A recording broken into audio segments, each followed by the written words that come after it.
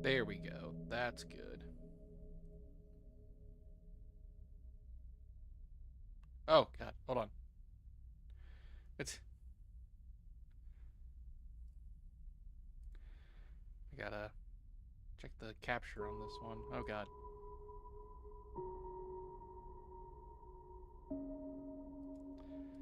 No, this is like 100% what it's supposed to do. I swear. There we go.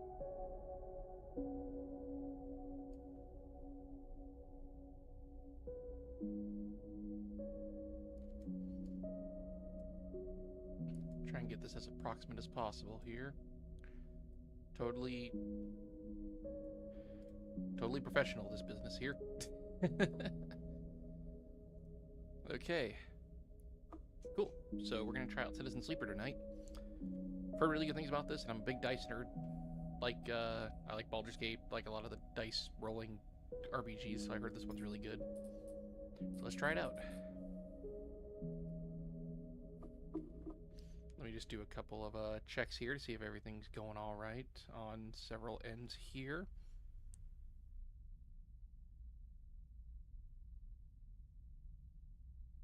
I think we are all good to go.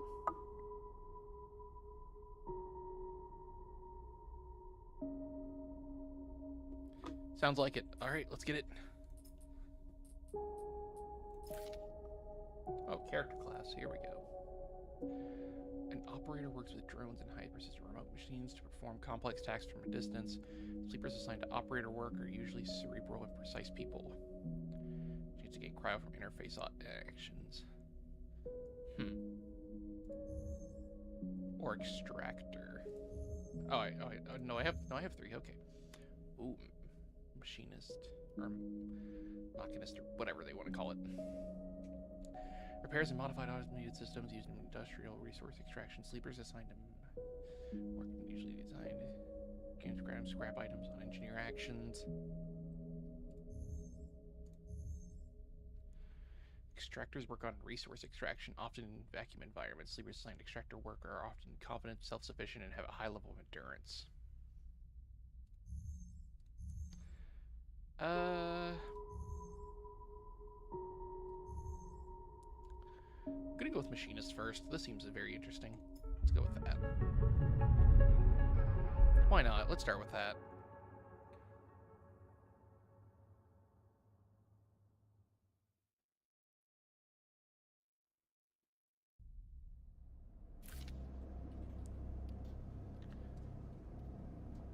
The first thing you become aware of on waking is the disconnect, the delay between thinking and feeling, between wanting to act and acting. Minor, almost imperceptible, but always present.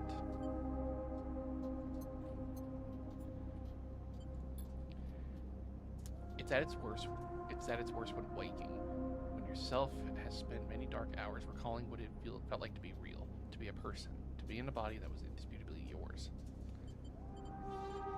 Think of that body. A leap into a cold lake on a hot day, the sting of blood welling from a fresh wound, the friction of a fingertip. All of a sudden, the memories are closer than you thought, blurring as you approach, until you can't tell one from another. Cold slips in, behind and around you. The sensations fade out of reach. Perhaps you should be thankful for the dulled nature of this new body, given your current circumstances. The walls of the container feel immediately present, cold, hard, at your back and face, cramping your limbs. You resist the desire to stretch, knowing that the claustrophobia comes next, and retreat a little from your central nervous system. It isn't painful, not like you used to know pain, at least.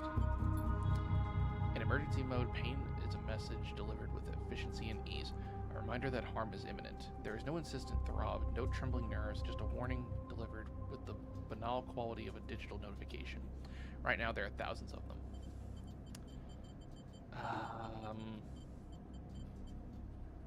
Remember the plan. You mostly remember that it wasn't a good plan, but then your options were limited. And once you got the itch to get out by any means possible, it was either that plan or something much worse. It was at least simple. Collapse the shaft, drift away into the chaos, slip into cargo processing, seal yourself into containers, then just hope the freighter left before you were missed. Some were lost in the shaft. Others never found the meeting point. Only a few made it to the containers, but the freighter, as far as you know, left. That feels like enough. Enough to know that you might no longer be on that grim and heartless rock. Even if in the airless hold of the freighter, you might freeze solid long before you reach any destination. Try to rest. But you are restless. It has been a long time since you left. Surely weeks, maybe months. You are dully aware of the damage to your legs, your right arm. You have been reserving the energy as much as possible, but your body has still needed to shut down many of its systems to protect you. You have spent much of that time asleep, knowing that anything else would be impossible to endure. You feel the weight of that impossibility begin to gather. It's time to sleep again, to nudge this false body into inducing delta waves in your emulated mind, and once again recoil into a dream of when you were once a person. Time passes. The cold creeps further in. You feel something. Warmth. Not true warmth, but the indication of its presence. Your joints release from their rigor. Sound, too. Everywhere. Screeching and shimmering so loud that your body ducks to your hearing to protect its sensors. Then light. White as the cold. Softer and softer until in a haze of dirty yellow a figure appears. You are out. Oh, okay. Cool. Go here, I guess. It has been a few hours since Drago's pulled you from the container. You sit huddled in a corner of his scrapyard, swaddled in the reflective folds of a mylar blanket. You are slowly coming back to consciousness, back to life, and you stare at the ornately curving element of an improvised heater. You are surrounded by angular, incoherent humps of ships, some corroded beyond recognition. Others stay carrying glassy wounds along their edges where a plasma arc sliced them apart. As you trace their shapes with fogged eyes, you hear a voice. So, Sleeper, you all thawed yet?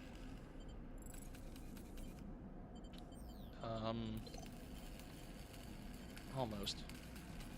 Never seen one of you come in like this. New frames must have better perseverance in Sub-Zero vac. Seen more than a few of you frozen solid to hull plates or inside outer locks in my time. They weren't so lucky.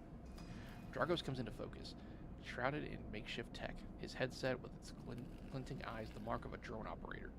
On his shoulder, one of his symbiotically linked drones perches, its irising eye locking you with an unflinching stare. Last living sleeper that came through this yard was a while ago. They didn't last long. You struggle to read his expression beneath the tech, but he seems lost in memory for a moment, or perhaps he's just figuring out what to do with you. Plan to survive. What happened to them? Stay silent. What happened to them? He ignores your question. I won't ask what led you to do it. To sell yourself to a corporation? And I suppose you know you can't go back. Your old body, that's theirs now. And you are just software. A rogue emulation illegally possessing corporate property. You nod along. You remember biometrically signing the forms, the cold floor on your feet as you padded to the sleeper cells, the promise of a life off-world. But as you do, you get the now familiar sensation that these aren't your memories. These are things you know, but not things you feel. You are no longer that person. You are an offshoot, a copy. What you won't know is what's ahead. At least the last one didn't. There's no easy way to put it. That body of yours is falling apart. It's the same for any sleeper who makes it out. SNARP wants to protect their property, but if they can't keep a hold of you, well then no one can. You remember that too, or at least the rumors of it from the other sleepers. Planned obsolescence, a built-in dependence on the regularly administered supplements that were part of your routine. Stop taking them and your body begins to shut down, separate from your emulated mind. How long has it been? How long do you have? Planned obsolescence. It must be made by Dell. But for now, Sleeper, you are one of the lucky ones. Dragos glances up and away, toward the glassy dome of the yard. The eye is the best place you could be right now. The eye? The station. You'll see it soon enough. Dragos impatiently shifts his weight. Look, I've got things to be getting on with. He trails off. There's an old freight container I've been using as storage out in the shacks.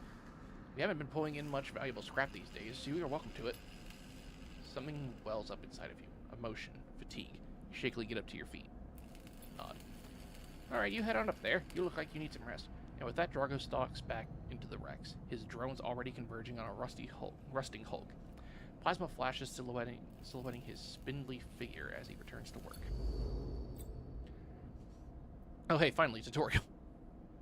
Welcome to Erlin's Eye. Life on the Eye runs in cycles, during which you can talk to the characters, explore areas of the station, perform actions. At the end of each cycle, you need to head to your current home to rest. Resting will move time forward on the station. Head to the empty container location to rest and end the cycle for now.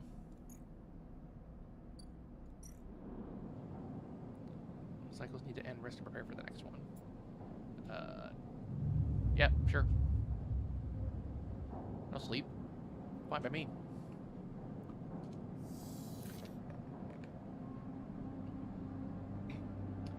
You wake, curled up in the corner of the container, and begin slowly assembling the world around you. After all this time, you still find this body, the one you wake in now, strange and disjointed. Its messages readable, but somehow wrong. You sit up, pulling the mylar blanket close against the cold. Here you are, on this ruined station, millions of miles from anyone you know. Are you still in the system? Did any of the others make it out? It's impossible to know. After all this, what matters? Escape, getting answers, building a life. Getting answers. It all matters. The past is impossible to escape if it remains a blur. What SNARP did to you cannot be forgotten. You need a way of understanding all this before you can move on. Where are you? What is this place? What happened to the others? Questions outnumber the answers. You want to change that, but you'll have to learn to survive first.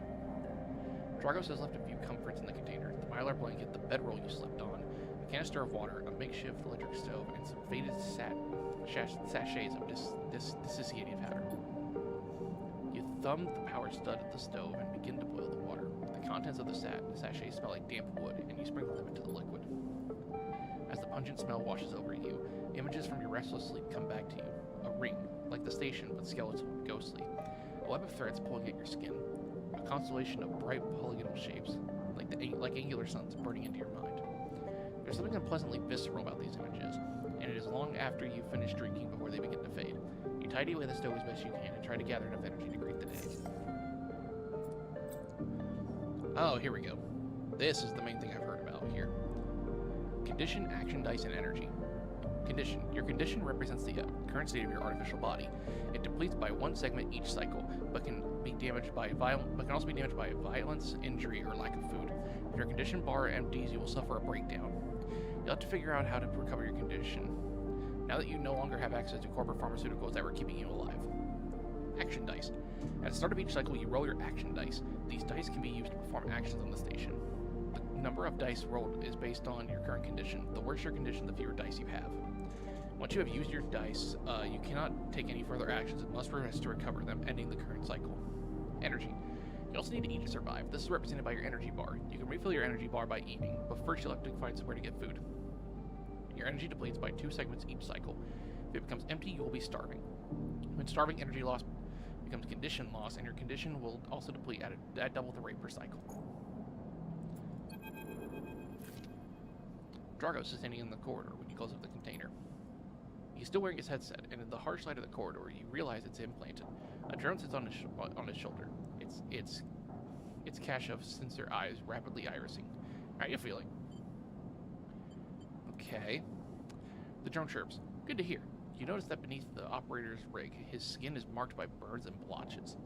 I know the container isn't much, but it'll keep you safe. He pauses. So, I'm not going to chit-chat too long. You all enough to work? Work? Look, I'll be honest with you, Sleeper. I didn't pull you out of that container out of the goodness of my heart. He looks away. At the yard, it's simple stuff. We hack these old hulls down, sell them off to the shipyards or the bright market dealers for cryo. Occasionally, we pull out some tech, something with a bit more value, but most of what comes in is scrap. It's hard to find good hands here, but I figure as a sleeper, you'll be used to the manual labor. And obviously, I'll slip a few chits of commission based on what you turned up. Yeah, this art style's crazy. Chits? These. He pulls out a hand of small metal bars. Airwalled cryo, isolated from the market. It's what we use to trade for trade out here. He stuffs it back in his pocket. He shuffles his feet nervously. Look, I wouldn't usually do this. In my opinion, you'd be best suited moving on as quick as you can. And sleepers, well, he trails off. But things being the way they are, things being the way that they are for me and at the yard, he pauses. I need the help. Why? Things are a little tight, that's all. I owe a little cryo to a client here and there. He pauses, thinking of something else to add. Look, just come down to the yard when you are feeling fresher. There's plenty to do. Will do. He nods distractedly and turns and walks away, the drone hopping along ahead of him. See you later, he calls back. Looks like it's time to get to work. Alright. Guess I'm going to the yard. Oh, I see. There's like stuff here. Okay. Interface actions. Gotcha. So I need upgrade points to get this up, but that's already upgraded. Okay. I see. Actions. Actions are the primary way to interact with the world of Citizen Sleeper. To perform an action, click and drag your chosen action dice to the slot.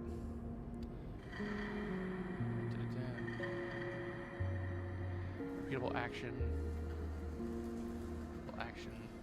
Actions reward you with clock progress, energy, condition, or items depending on their outcome. There are 3 types of outcomes. Positive, the action goes better than expected. Neutral, the action succeeds. Negative, the action fails.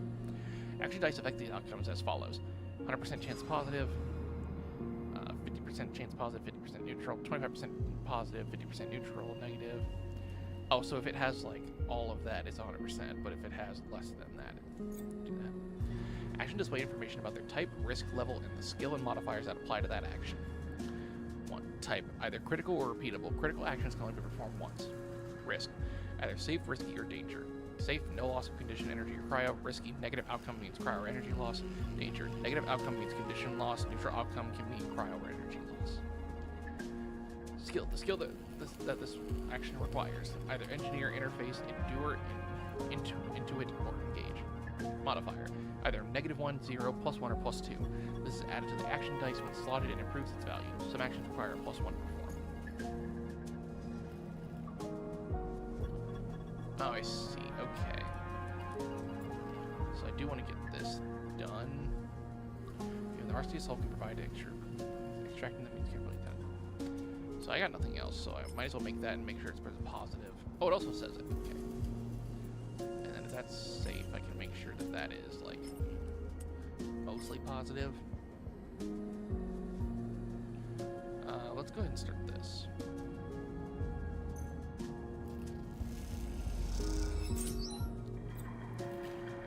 Actions often progress clocks.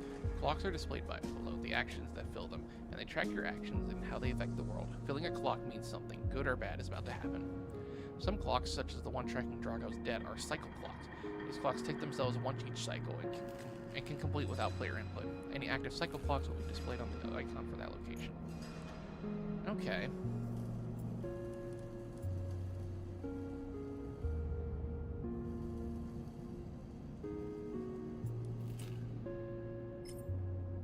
This one's safe, so let's try and do that.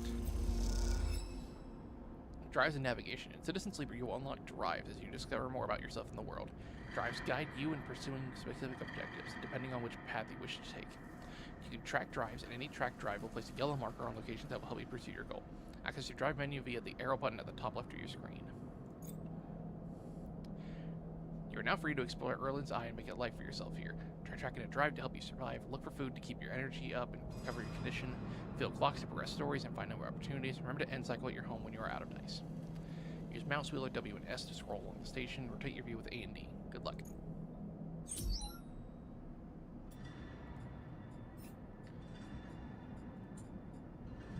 Need to access to corporate pharmaceuticals, otherwise the escape tip will come to. Yeah, I would like to track that, please. Oh, I see. Merchants are willing to run the gauntlet of the healing system are rare, but they would do return eventually.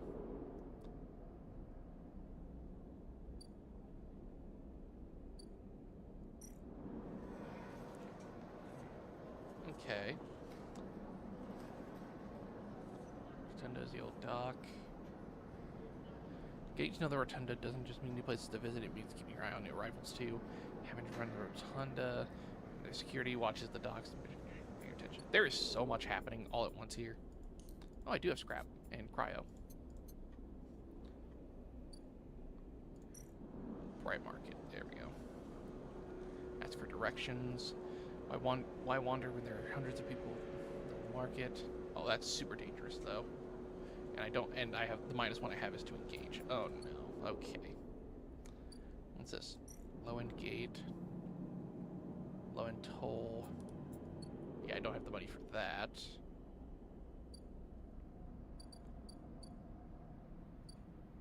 Shipyard. Dang, this place is big. What's here? You don't have connections to, but you do have skills. You can get a shipbuilder and everything maybe in. The only way to get to know the shipyard is to work there. No tourists here. Ugh. There is so much happening. The wet dock. Take several cycles to reach the starboard belt and return loaded with scrap from the old wrecks. Okay.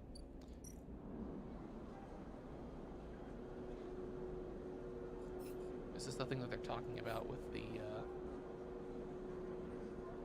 Oh, I need to, like... I really don't want to do that, though. That's the upsetting part, is, like...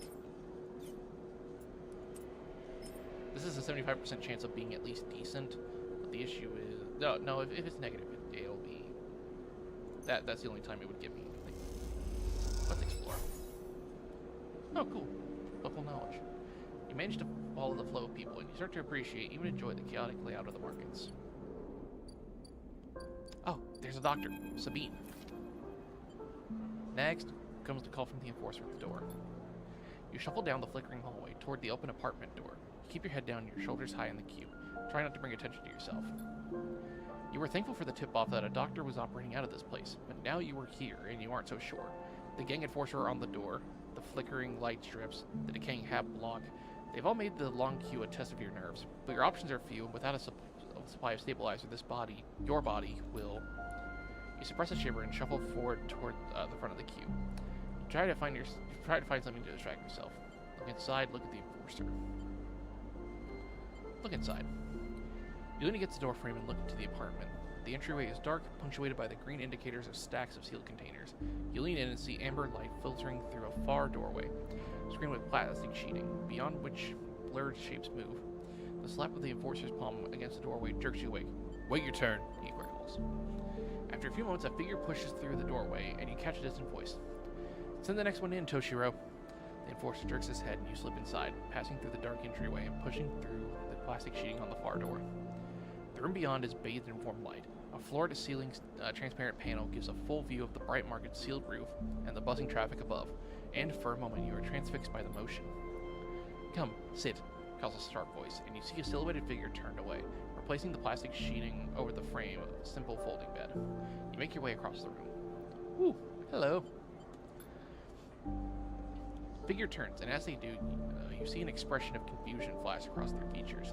They open their mouth as if to speak, they blink, and then quickly regain their composure. Please, sit. They gesture to the bed, then turn to an open case of tools on the table. You sit. Sabine turns, a compact diagnostic scanner of some kind in their hand. They hold it to their eye. Remain still, please. Their tone is clipped and businesslike.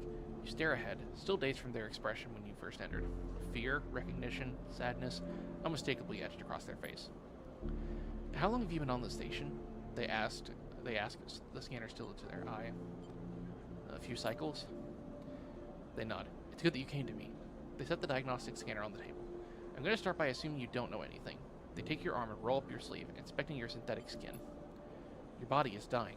They say it without ceremony, without drama, but not without empathy. S&ARP doesn't like to see its proprietary technology let loose, to prevent bodies like yours, frames as they call them, from being stolen, repurposed, or in your case, escaping. They built in a process of so-called planned obsolescence. Frames decay rapidly when not regularly injected with stabilizer, one which S&ARP remains the sole producer of. They look up. Sounds familiar? How do you know this? They shift in their seat. You aren't the first sleeper I've encountered. You wait for more, but they go back into their inspection. They swap to your other arm, running some thin metal device over your skin. You feel your forearm tremble. I'm sorry, Sabine says, and you are unsure if they mean for the cold touch of the metal or for everything else. Emulations like you, sleepers as most people know you, aren't classified as people in any of the surrogate systems. You have no rights, no status. They focus hard on the inspection of your arm, and SNRP has no reason to release a stabilizer into the market. Sabine looks up as if to apologize again, but they stop themselves. I know little of this is used to you. They turn away, disassembling the metal instrument and cleaning it. Silence fills the room as Sabine works, and then the silence gives way to tension. You stare at their back, willing them to say something. Anything. Sabine turns to face you. I may be able to help. They sigh, and you see the darkness under their eyes, hear the fatigue in their voice. They gesture to the door. You saw Toshiro outside. You nod. He works for my benefactor, Yadakan. They are influential in the low end. They give me the space to work, run the door, and take the profits. At the same time, I have to fix up their enforcers, tend to their implants, sew up their wounds. They look away. But Yadakan has connections. Smugglers from the Starward Belt. Mercenaries working for the corporations on Ember. If they can source a stabilizer, maybe they'll have a better chance. Sabine sets down their slate, their notes complete. This is dangerous, and it'll be expensive, but I think we can do it. Thank you. Sabine walks away to the window, their face dappled by the shadows of the passing drones. Let's just see if this works first. I'll let you know when I have a lead. You nod and leave.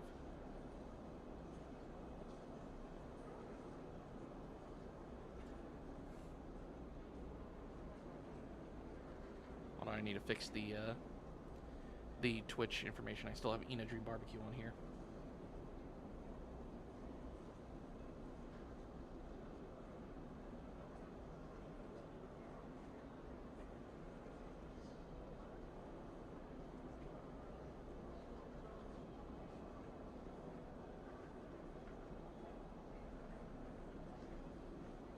I just need to fix this up. This is super interesting. There we go, I've updated it. That should be fine now. Yep. Looks good. There we go. Fixed. You nod and leave. Sabine's still staring out, unmoving. When you reach the lower level of the market, you look back up through the panels of the roof to see if you can see their face, but the room looks dark against the lights of the market. You duck your head and walk off into the crowd.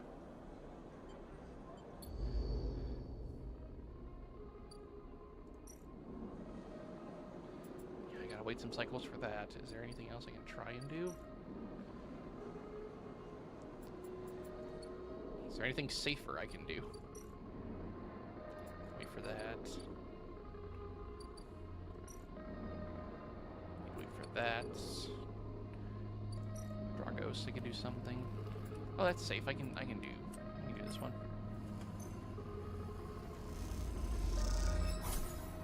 Cool. There we go.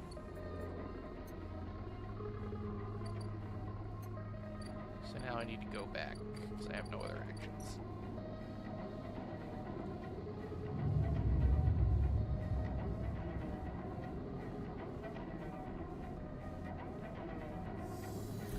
Now I am starving. This time you don't wake up. Instead, the ghost of the station. That shifting, skeletal ring surrounds you. Oh, jeez. For a moment, you are gone, absent from your own body, stretched out across this colorless void. Then the connections begin to establish themselves, threads tugging on the edge of your mind. These threads become vectors of exchange and then extensions, as you feel your thoughts slip away down from them. Dissolving into the millions of distributed nodes they connect to. You see the station. No, you feel the station, like a web of texture in a smooth black liquid. Touch it. You find a point in the station, and you connect to it, pulse through it, follow loops and paths under and around it. You touch more points than you have fingers. Then you try, in a moment of impulsiveness, to connect them. The flow passes through you so rapidly that you feel yourself being carried with it, splitting and separating, eddying and gathering. As you do, things occur to you, things that you can't possibly know. You reach out, try to grasp them, try to touch them too. You notice a tugging feeling, pulling at you insistently, as if it were a small child. Somehow it is pulling in two directions at once. You look down. All of a sudden, everything shuts off. You come back trembling into this unfamiliar body, both yours and not yours, all at once. You find yourself standing in the container, eyes now open to the dark steel walls. You feel a change within you, a shift. Close your eyes for a second, and you feel it waiting there. The station's played out across your mind, a storm of connected nodes waiting to be explored. And then it's gone. Alright, I need to get some food. Like my character needs to, not me, but, you know. About 3 days on that. I can only have 2, like, really good things. Okay. Let's ask for directions. I kind of need to ask for directions here. Oh, cool. Okay. You end up at a drink stall, debating the finer points of the Solheim collapse. You try to remember all the tips that your companions offer you.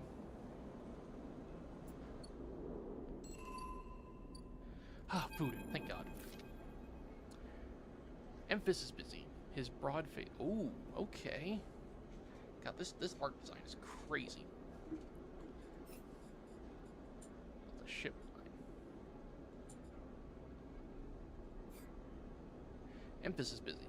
His broad face uplit by the makeshift gas burner in front of him. With precise, delicate movements, he lays thick chunks of marinated fungus into a dented wok. His other hand idly tosses a metal bowl of sliced vegetables in some red-flecked dressing. The smell is incredible. You watch as he fulfills a set of orders, heaping the fungus with the bright salad and depositing it into plastic trays.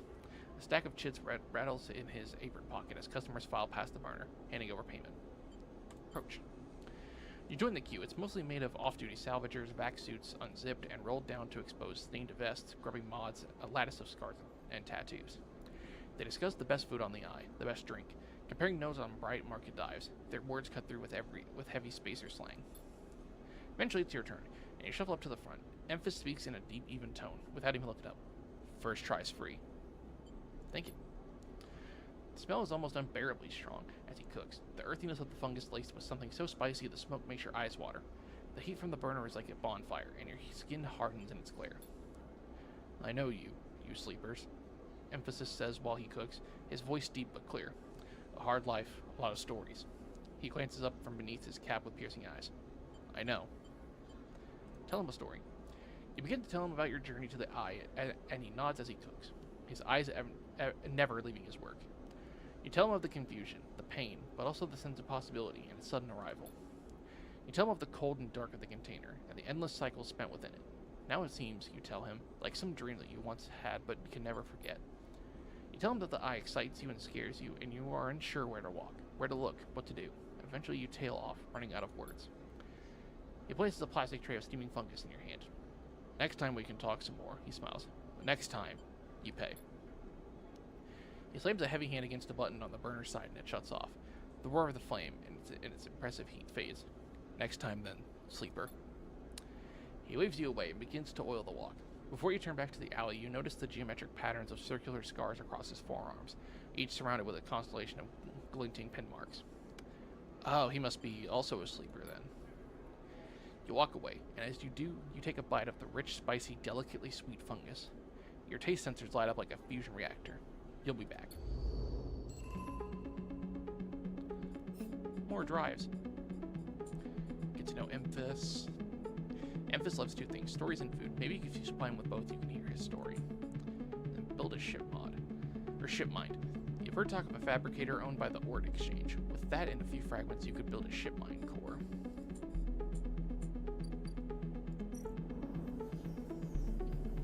Ooh, okay.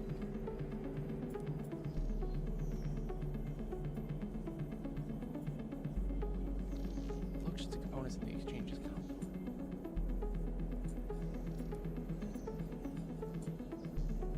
I do need to repay Dragos, though.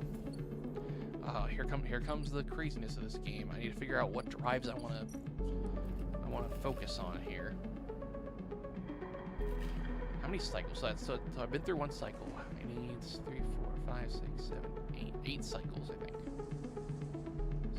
Yeah, 8 cycles before something happens.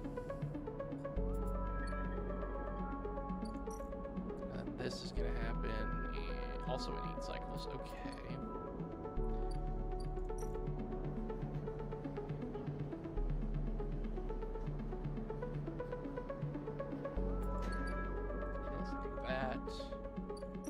That's happening in 4 days, okay. Scrap exchange or something. What does it say? Loaded from scrap, okay.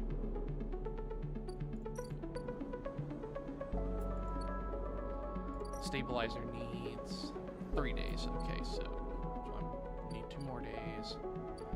I'll try the Ord exchange, why not?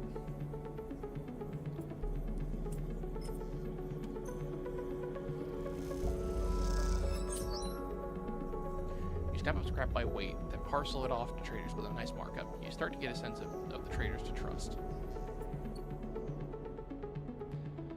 Now let's do the safe thing with Drago.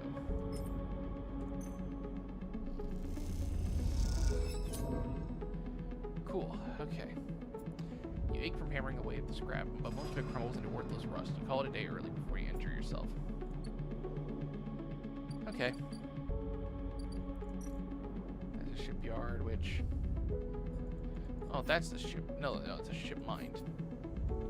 I can't read. Alright, let's just reset here. See what we can get from here.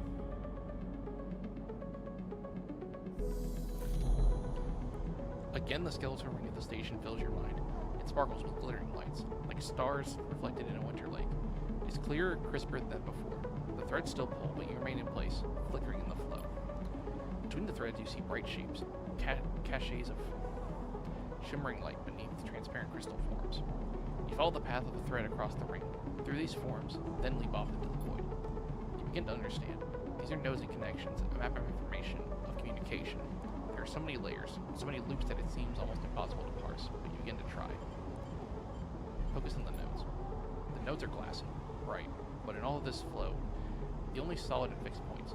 You approach one, a pyramid, or a triangle, dimensions are difficult here, and lean close to it.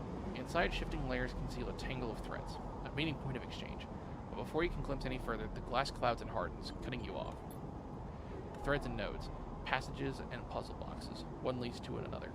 There is so much here, so many answers, so many questions. All you need to do is follow the paths and open the boxes.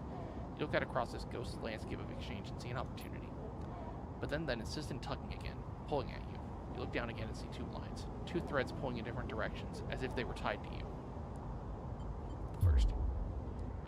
The first thread leads out, away from the station, into the inky black. Somewhere out there is tracking you, hunting you, following the thread to you. They're in a ship, and the ship is approaching ever closer with each cycle. Second thread leads in, pulling deep into the station. Your gaze follows it, and this time you see something. A sphere shimmering above a strange angular body. A pulse shoots out from it, passing over you like a torch beam, testing you, tasting you. You open your eyes. Time is short. Yes, something is tracking me and will be here in about 8 days. Oh, cool. I have all things. Oh, the cloud. Something has changed inside of you. You can now access the data cloud of the eye, a network of decaying protocols and data caches. While there, you can use dice and items to access systems and extract data. Be careful, these networks are old and strange. Click the I button at the top of the screen to toggle this view on and off. Oh, I see. Okay. I'm at least going to try one of those because it's an automatic success.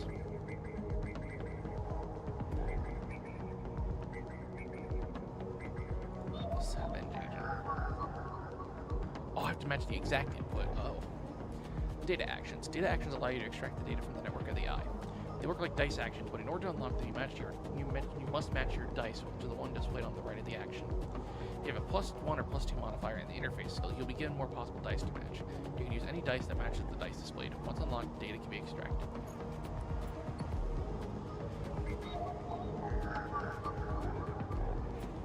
Am I going to be able to do any of these?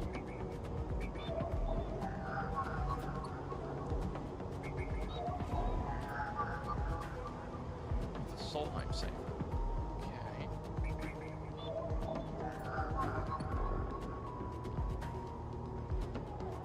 The game has given me a cool thing and I can't do anything about it. Yep, can't do any of these. Cool. Okay.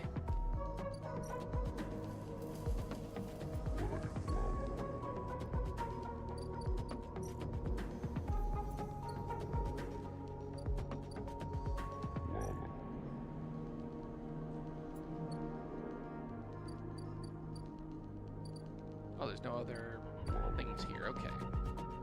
Let me try out the rotunda then and do the dock plans.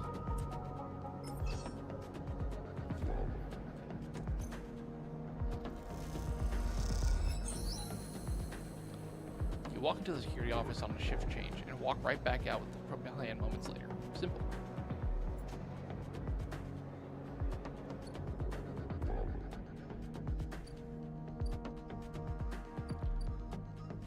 Dock. I need an encrypted key, which I do not have. Bar. Buy rations. You're unsure if your frame can metabolize alcohol, but this fungal drink fermented it along the green way seems like a good test. Drink.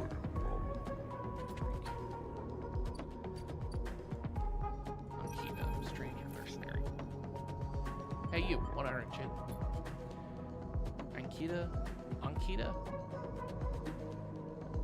Ankita stands beside a huge pile of tied together hull plates. She stretches out her back, her shoulders bulging beneath her flight suit. Make it 2. Ankita laughs. This goddamn station.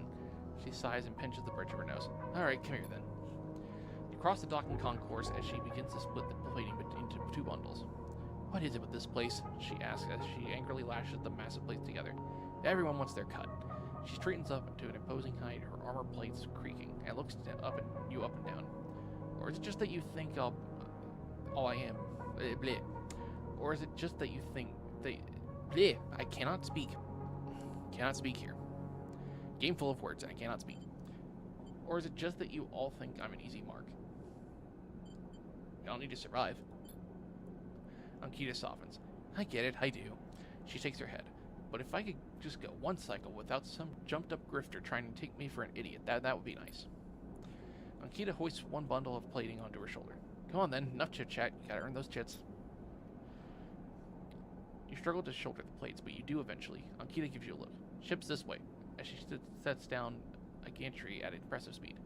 As you catch up to her, she turns down a passage, pushing through a small crowd of stevedores.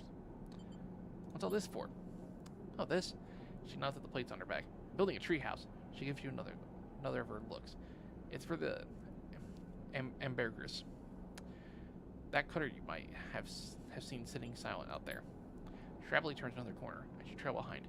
She got cut up pretty bad on her last job, and I had to moor up here for a spell. But since it's only gotten worse, someone got in and sliced the core from our ship mind, so now she's gone dark. She shifts the panels on her shoulder. The upshot is that I'm short one ship mind, with a ton of repairs to do. The rest of the crew signed off the moment they got wind I'd been stranded. So yeah, it's been a time. Anything I can do to help? I don't know, got a ship mind tucked away on that frame of yours? For a moment, you aren't sure if she is serious. Ankita swings the plates from her back, almost knocking you over in the process. This is me. She hauls the second bundle off your shoulder. You're the first person I've met here who might actually be considered helpful. She pauses, chewing her bottom lip. Look, you want to help? Come see me. I need a hand putting Amber back together, and you don't seem like the type to try anything stupid. She passes the bundle of plates through the ambergris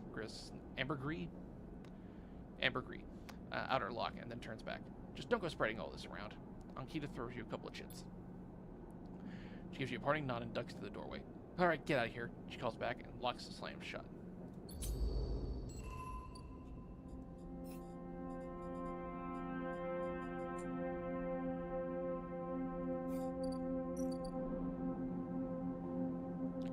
Skill upgrades required. I need a +1. Okay.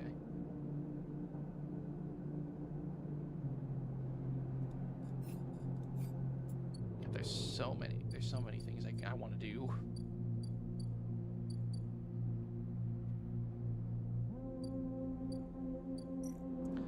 I need one more day on this. I need more food, so let me get a stall.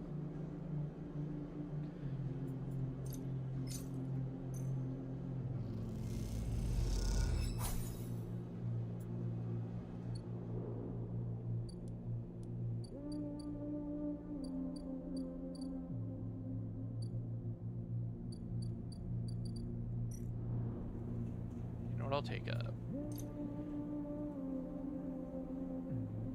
I'll buy some of that too. Buy some rations. Get a drink.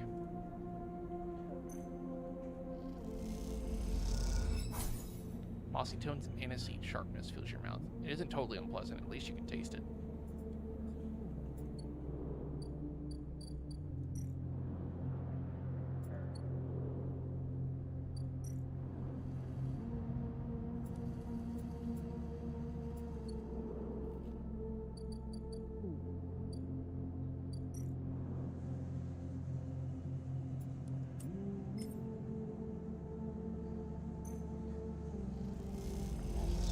Why not? Then let's get Dragos' thing mostly done.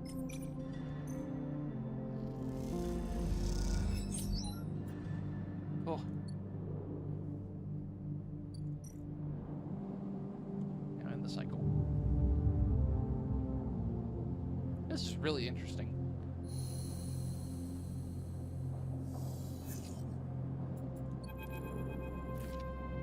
As you close up, a voice echoes down the corridor towards you. Sleeper, wake up. Turn. Bang is coming down the corridor towards you, a wonky grin on his broad face. Hey, glad I caught you. Do I know you? He grins. You do now. He puts a hand on your arm. I've seen you hanging around. Just want to chat. You staying in that thing? He nods back to the container, shaking his head. Rough. It'd be hard to get a start here on the eye. He looks way down the passage. What was it old Erlin said? The eye opens for us all. Nice idea, but, well, not always very practical. But he glances back at you. We do our best, but it isn't easy. Erlin, you pass together into the main walkway. No one told you about Erlin. He's the founder of this place. That's why it bears his name. Evan should organize some seminars. He laughs. Not really my department, though. I'm with systems. Havenage? Think of us as an administrative association for the Eye. Depending on who you talk to, we either emerged as a response to, or continuation of, Andre Erlin's original union. He smiles. Personally, I avoid the topic. He stops you in the quiet passage. Look, that's not what I'm here to discuss. I've been seeing some unusual network activity, and, well, I know a little about you sleepers. I have a small proposition for you. He glances around, but this is not the place for it. I have an office just across the way. Give me a cycle or two to prepare, then, when you are settled, stop by. He lowers his voice and gives you a dark look. In truth, I need you. If what they say is true about you sleepers, well, there's work to be done. He pats you on the back, his voice bright and his dark look suddenly gone. Stay clean, sleeper. He walks off down the passage, raising a hand in farewell. Well, that was weird.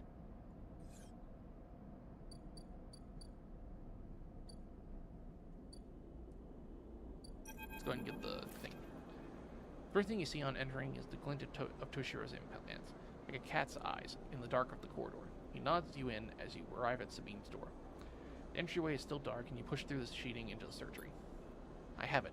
Sabine stands with a case open in front of them, a set of vials lined up inside, separated by foam inserts. They pick one up, rotating it in the warm light. You have no idea how Yatagan. They trail off. We should treat this with caution. It looks authentic, but I have no idea if it really is what it appears to be. I'm the test case. That seems to be the case. Unfortunately, I'm not sure if we have another choice. There's just for you to sit on the bed. Stabilizer works under a similar principle to an immunosuppressant in a transplant operation, in that it stops your body from rejecting that unfamiliar part of itself. In the case of your frame, the unfamiliar part is each of your biosynthetic organ groups, which over time are identified by your body as foreign material and therefore must be eliminated. Sabine holds up a vial of the would-be stabilizer. However, unlike an immunosuppressant, the stabilizer doesn't do this by limiting your entire immune system. Instead, it re-encodes your biosynthetic organs with new protein chains which act as passcodes with your immune system. The stabilizer refreshes those passcodes, keeping your frame from rejecting all of its own organs. Which means the stabilizer should be able to code any organic or biosynthetic matter to be accepted by your immune system. Fascinating. That's very interesting. They glance away. At least if the stabilizer is genuine, the only way to know for sure is to inject the vial. They begin readying the syringe. I will start with a small dose to limit the risk. How sure are you? I'm working with best guesses here, but the case, the vials, it looks authentic. Sabine cracks the glass neck of the stabilizer vial and uses a syringe to extract a fraction of the liquid. They tap the syringe, and you watch as if any sign might emerge from the clear liquid. You barely feel the needle, your frame registering the initial injection with little response. A sensation begins to spread from the site, a fizzing, trembling wave that disperses through your arm with incredible speed. Your vision goes white, and when it returns, Sabine appears encased in shards of sparkling light that slowly fade into darkness as you settle back against the bed. You swim in darkness, muffled noises, like an argument heard from underwater, prickling waves of cold. When you sit back up, Sabine is sitting in a chair by the window, facing away from you, backlit by the glow of their sleep. Awake? What happened? Stabilizer is genuine. They sit down by the side of the bed. I don't know how Yatagan acquired a case of this stuff, but they did. Sabine looks troubled, distracted. You should rest some more, but you're going to have to do that somewhere else. They gesture to the door. I have other patients. Sorry. Sabine nods toward the case. I'm afraid I can't offer you any more doses. You're going to need to pay for your next dose. Silence fills the room, and they return to their glowing slate. Looking around the room, it seems different somehow, as if things have moved or shifted. You wonder how long you've been out. Sabine? Nothing comes free, sleeper. Remember that. You manage to get to your feet and wander out of the hallway. The queue stretches down the flickering corridor. Toshiro stands impatiently by the door and fixes you with a glare as you leave. You lower your eyes as you stumble past, somehow faintly aware of the station spinning beneath you. Oh god, it's 100 crypto. Oh god. Or cryo, sorry.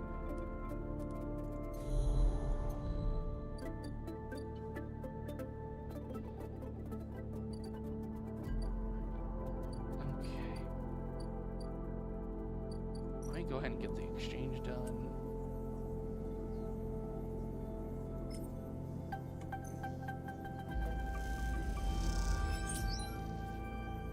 Sell this to get some more cryo. And then let's go underneath and get some of this stuff.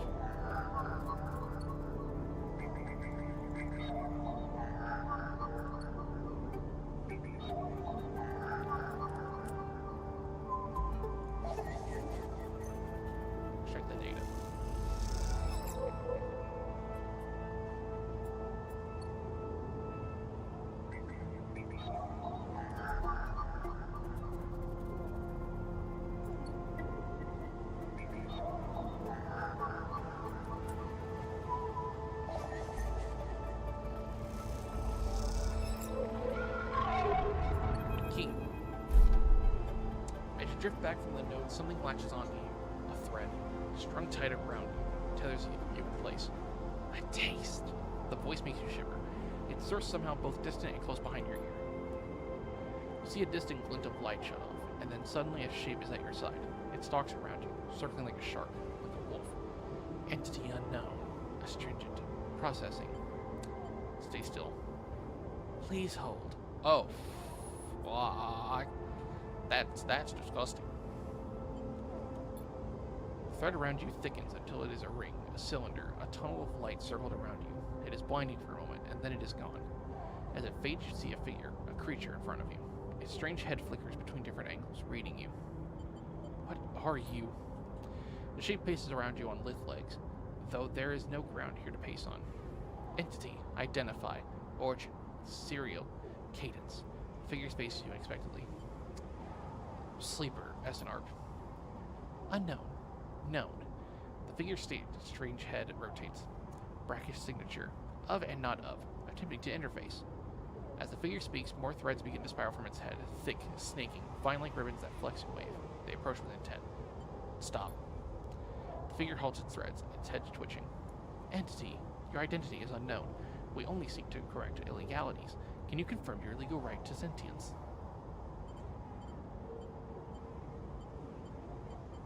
No. Unfortunate. All at once, Hunter's head is directly in front of yours, blocking your vision. You stink of their taste. The one from the sealed dock. Hunter shimmers with fury. I will find access. I will interface. Sealed dock. An entity hides in its rotunda. An entity hides in the rotunda. You're its puppet. Hunter extends a razor-edged thread. I will not be diverted from my task. It glows with murderous intent. Strike. You lash out with all your force. Not a physical strike, but a focusing. A spike of interference leaping out like the tip of a spear.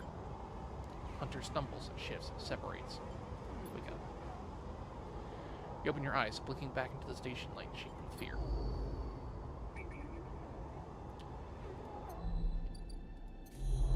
Yeah, I'm not messing with that thing.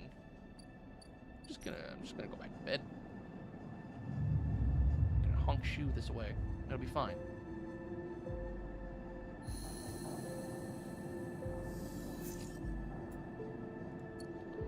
Cool. Alright. First of all, let's get some food.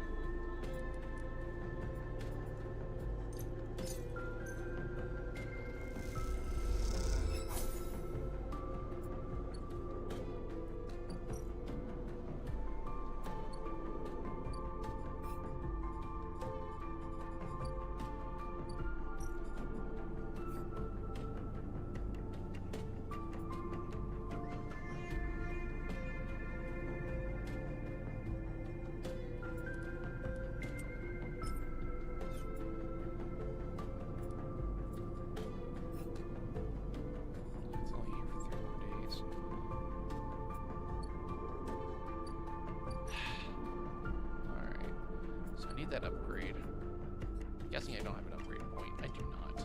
Okay. Oh. Oh, hey, Feng. Sleeper. Feng catches your attention as you approach the Habitage building. Leaning against a bay door to the side of the entrance. You approach. Easier to come in this way. Security and all that. He gives you a look. You know. Slams a button and the bay creaks open. Blinking lights in the dark behind it. You follow Feng inside. Truth be told, I don't spend much time upstairs. This is where I work. The door hisses as it closes behind you. The bay is filled with pieces of hardware, all rigid generators and diagnostic slates, and things you don't recognize that glow with blue screen light. There's a chorus of hums that blends into a single wave of static, filling the dark corners of the room. Feng leans on a server rack and gestures around. You like it? It's incredible. He smiles widely. I thought you'd say that. He taps a nearby server stack, which bleeps in response. This is my treasure trove. All dredged up from this sea of systems we call the Eye. You wouldn't believe what this place runs on. He steps over to a towering block, speckled with vents. Some of these systems are from the original station, AE-1. This is the one Solheim built.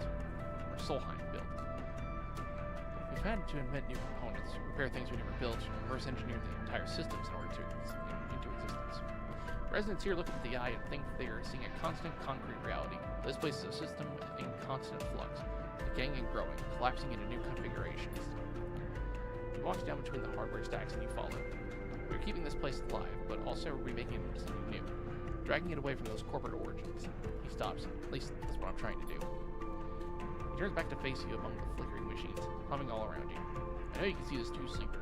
All these systems and sections. You can't you? I can see it. Makes sense, right? You're between here and there, between the people and their systems. You light this place up like a beacon. That's what I need. You glance at the lights around you, and as you do, they seem to flicker, to realign, to follow your gaze. Fig notices it too. I'm guessing being a beacon isn't always ideal when you are on the run, though. They're tracking me. Patch on the shoulder. Maybe I can help with that. There's a lot of old growth in this place. Subsystems I can't see. Access protocols lost to time and decay. Secrets. A shitload of secrets. With your help, I can unlock this place. Break off those last ghost limbs of corporate control. He lowers his voice below the hum. Even half an inch there is old growth. Those whose roots trace back into those bad old days. You help me dredge up the past, and I'll see what I can do about that tracker of yours. He winks. What do you say, Sleeper? I'm in. Feng pumps his fist and claps you on the shoulder. He meets your eye. You won't regret it, Sleeper. Feng passes you a ragged-looking metal tab. A gift, he smiles. It's a Solheim cipher. I dug it up from the depths of the station. Slot that into an old network gate, and you'll be able to pull out all kinds of secrets from the notes inside. He walks you back to the front of the bay. Start by bringing me whatever you can turn up. Use that emulated mind of yours and see what's out there. Let's get a picture of how things are. Those above, he nods at the ceiling, have granted me an acquisitions budget. I can pay you for whatever useful data you bring in. I know you need it. Slams the door button again. Keep it quiet and keep it clean, Sleeper, and I'll see you soon. You step, blinking, back out into the passage, those flickering lights still in the back of your mind. Oh, so he wants that information. Okay. Let me get that Solheim data real quick. Let me go ahead and get that, shall we? With a squawk of noise, the old gate flips open, granting access.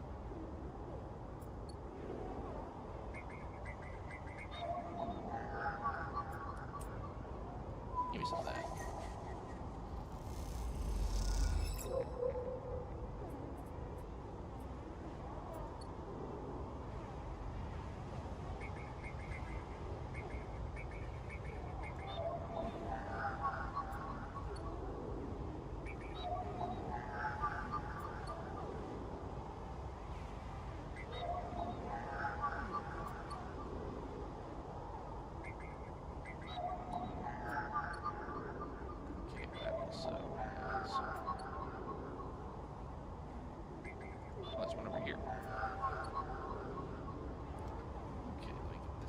Back to him.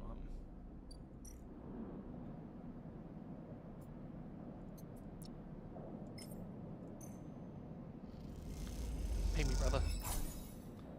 Only 15 crypto. Come on, man. That buys me a fungus. That buys me like one fungus. Come on, man.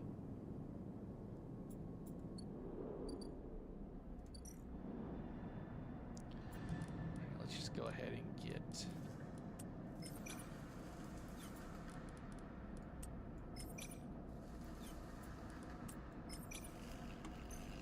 this done.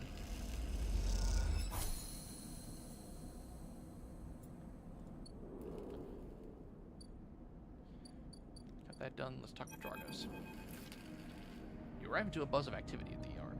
Red blinking lights flash across a vast dark shape suspended below the dome. They flicker across scorched hull plates and vent structures, spilling from holes in the twisted shape. Cutter is huge and has been torn apart in some violent encounter.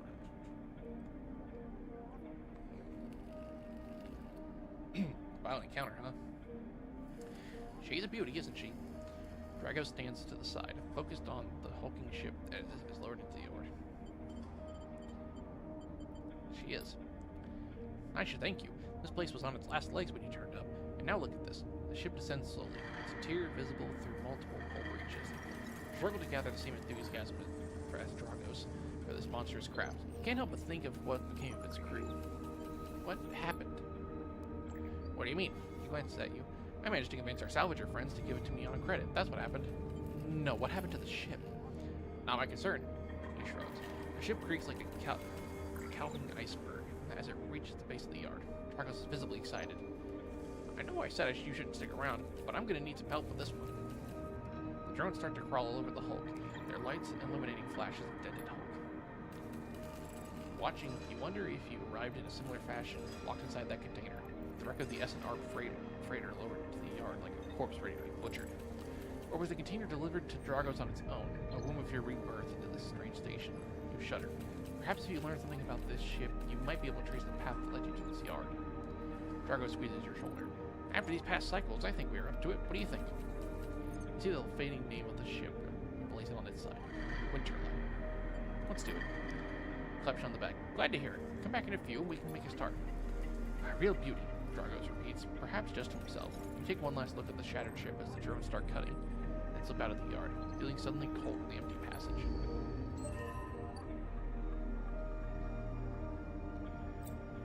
Oh. You completed your first drive. Each drive completed unlocks an upgrade point to spend on your character. Access your character menu via the arrow on the top right of your screen. I finally got it. Cool. You scrap components at home to repair condition. Dang, these are crazy.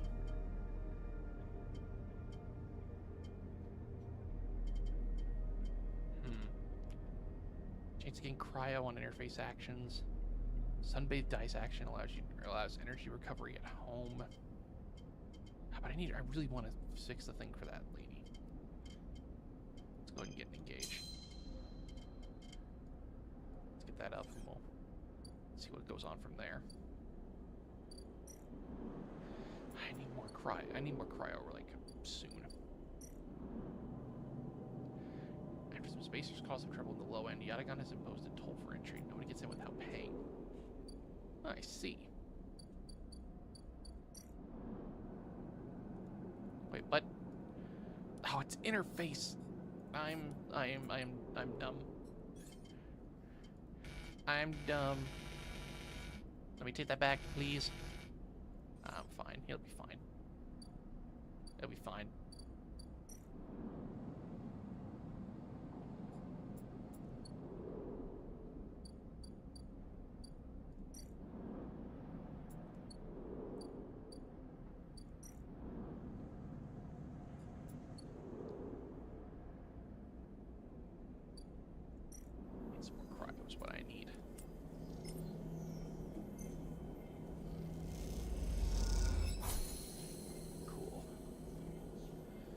Old ship mine fabrication stack in the back of the bar, but only trusted traders get access to it.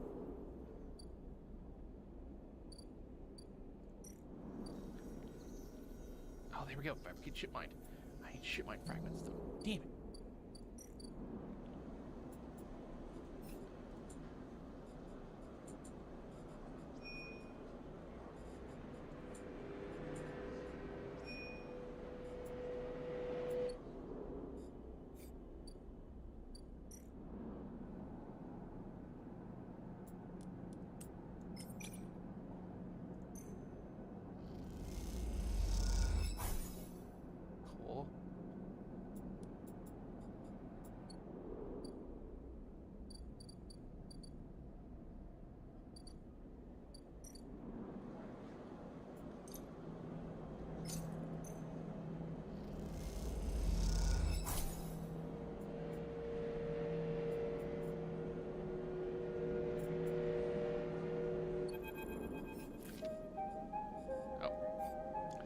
You quickly leave the surgery, eager to be away from Toshiro's glaze. You notice something wrapped around the stabilizer vial, clutched tightly in your hand. Oh, the passkey there? You open your hand and a thin film, marked with holes and sigils, unrolls from around the vial. At one end, it has a hard metal strip, a handle. Inspect the film. You hold the cloudy film up to the light. It is perforated with an ornate pattern of holes. You can make out a word among the markings. Passkey. Is this an entry key for somewhere? Inspect the handle. The metal handle is worn and pitted, but you can see a set of numbers imprinted on it. 207F, and then crudely scratched into the handle at some later date. Low end. For a moment you consider going back to the surgery to return the key, but then quickly think better of it. Did Sabine want you to have this, or is Toshiro passing on a message? Time to head to the low end and find out. Some extra time on Violet is on. Okay, now let's do interface. About that.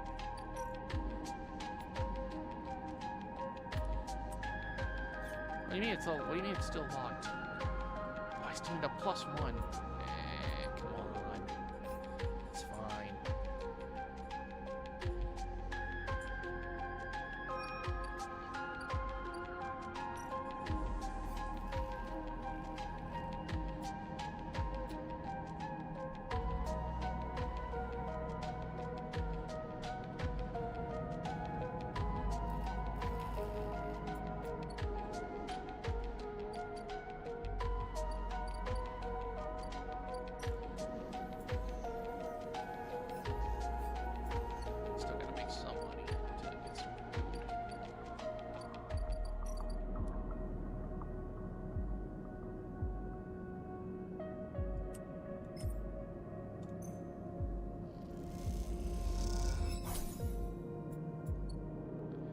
I got no money.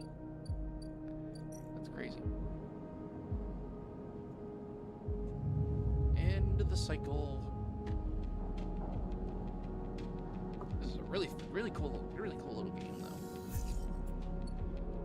Oh, this is a collection. Try to get some more information from the boy.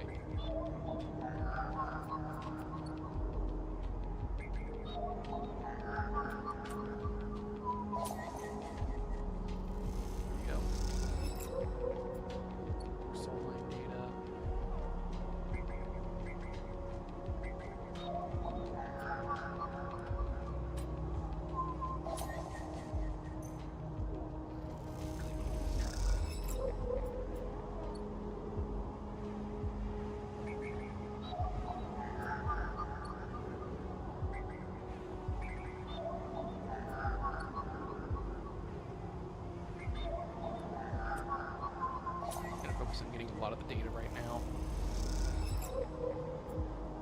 Key.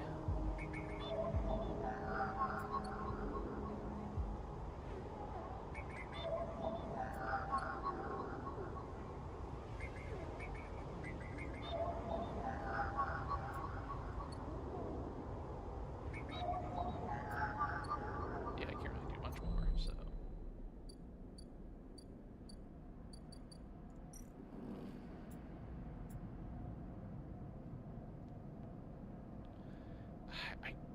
This is one of the choices that I really want to do. I really want to check out the system rather than cutting it up, but that's easier for my engineer stuff, so I don't know. It pays well too, or assumedly it pays well. Nothing in this game pays well. More fungus.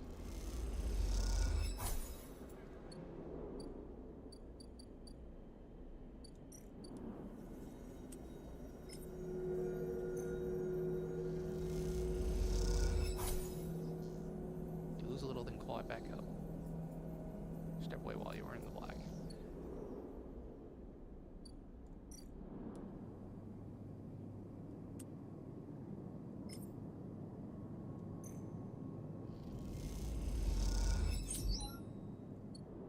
There we go.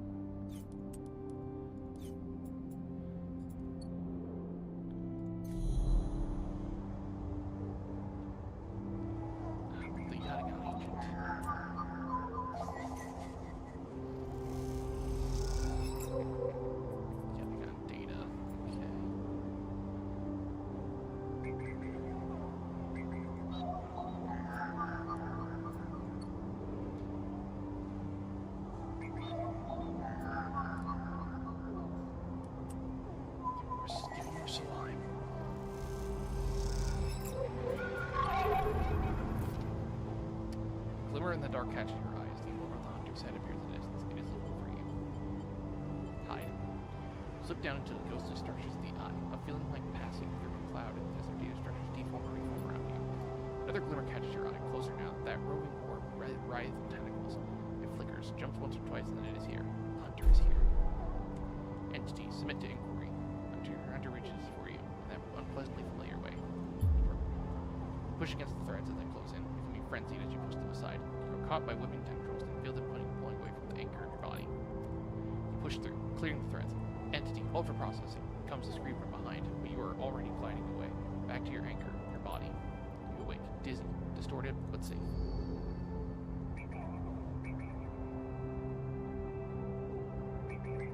Perfecto. You can't get me, Hunter. You suck.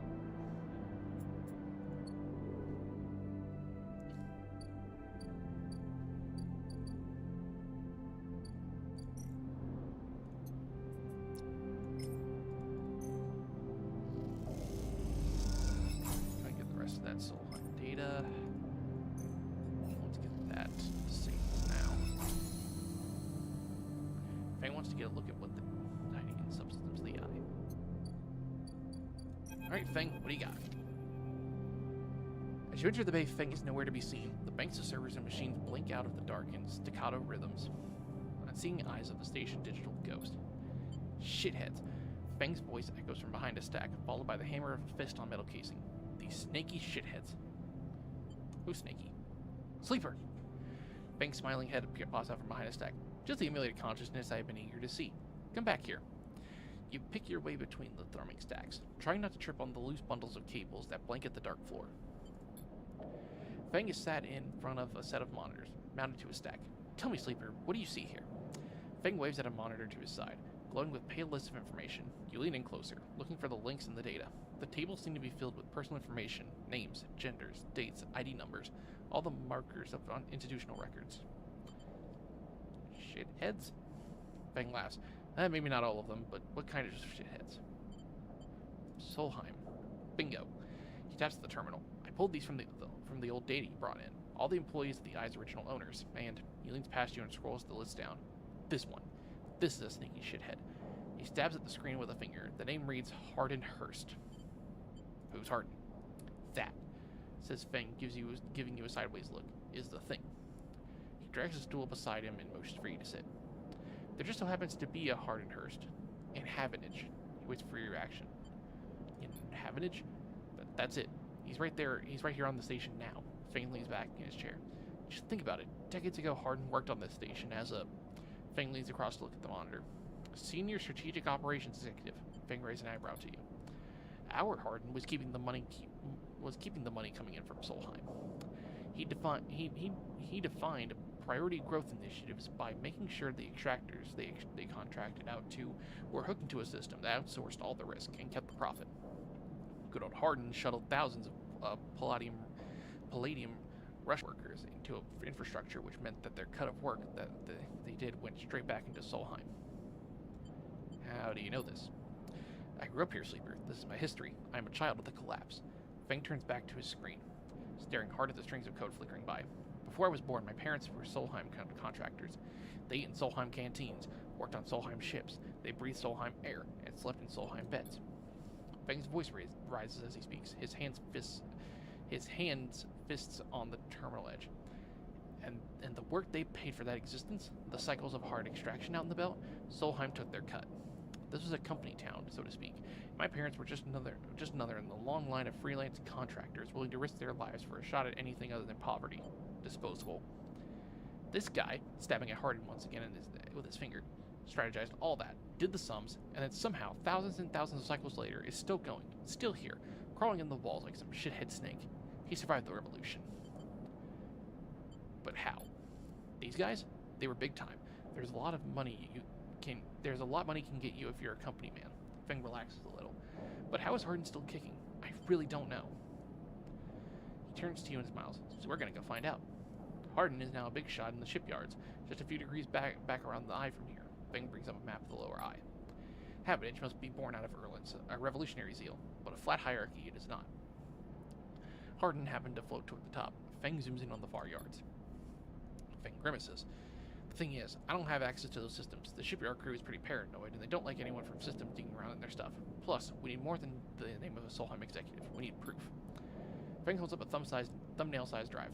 That's where this little creation of mine comes in. I call it a ripper worm. He turns the drive between his fingers. It'll rip through any digital storage and spin out a silken thread of filtered data. This one is set on the scent of Hardin Hurst. He hands it over. Getting into the compound might be tricky. Feng puts a hand on your shoulder, but you, however, have a particular knack for remote access. Feng grins. You can extract yourself a half-inch cipher from a half-inch agent. They sometimes carry them on their data. I don't have a cipher, no, I just have half-inch data. They sometimes carry them among their data caches. You can crack open the compound's network and slot the worm in through any open port. You never even need to go near the shipyards. So what do you say? Up for it?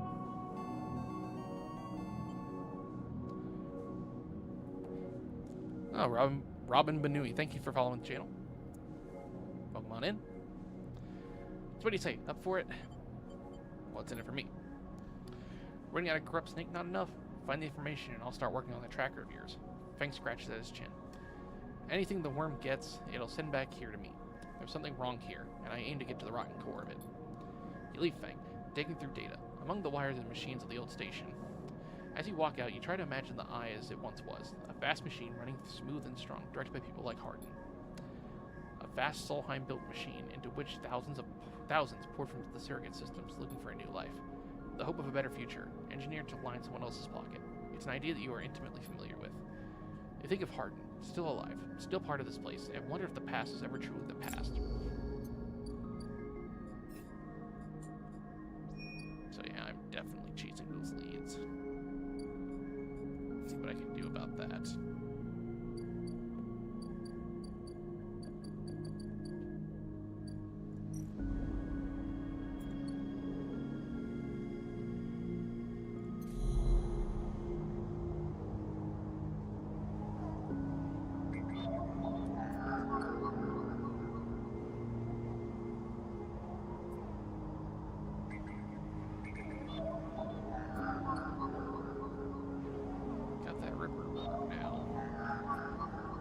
He's a little sphere.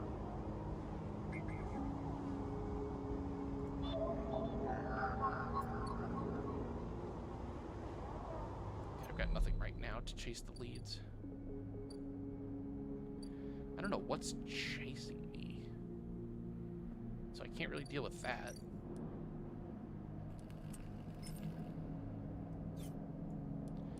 Let me go ahead and investigate this. Picking through the record clutter is slow work, but you start to piece together the impact patterns of blast marks. Keep going. Of course. It's possible to understand anything with the ship being salvaged as you look. Dragos gives you a disappointing look. Too bad. I'm still gonna go for it. Picking through the record clutter is slow work, but you start to piece together. Perfecto. Keep cycling.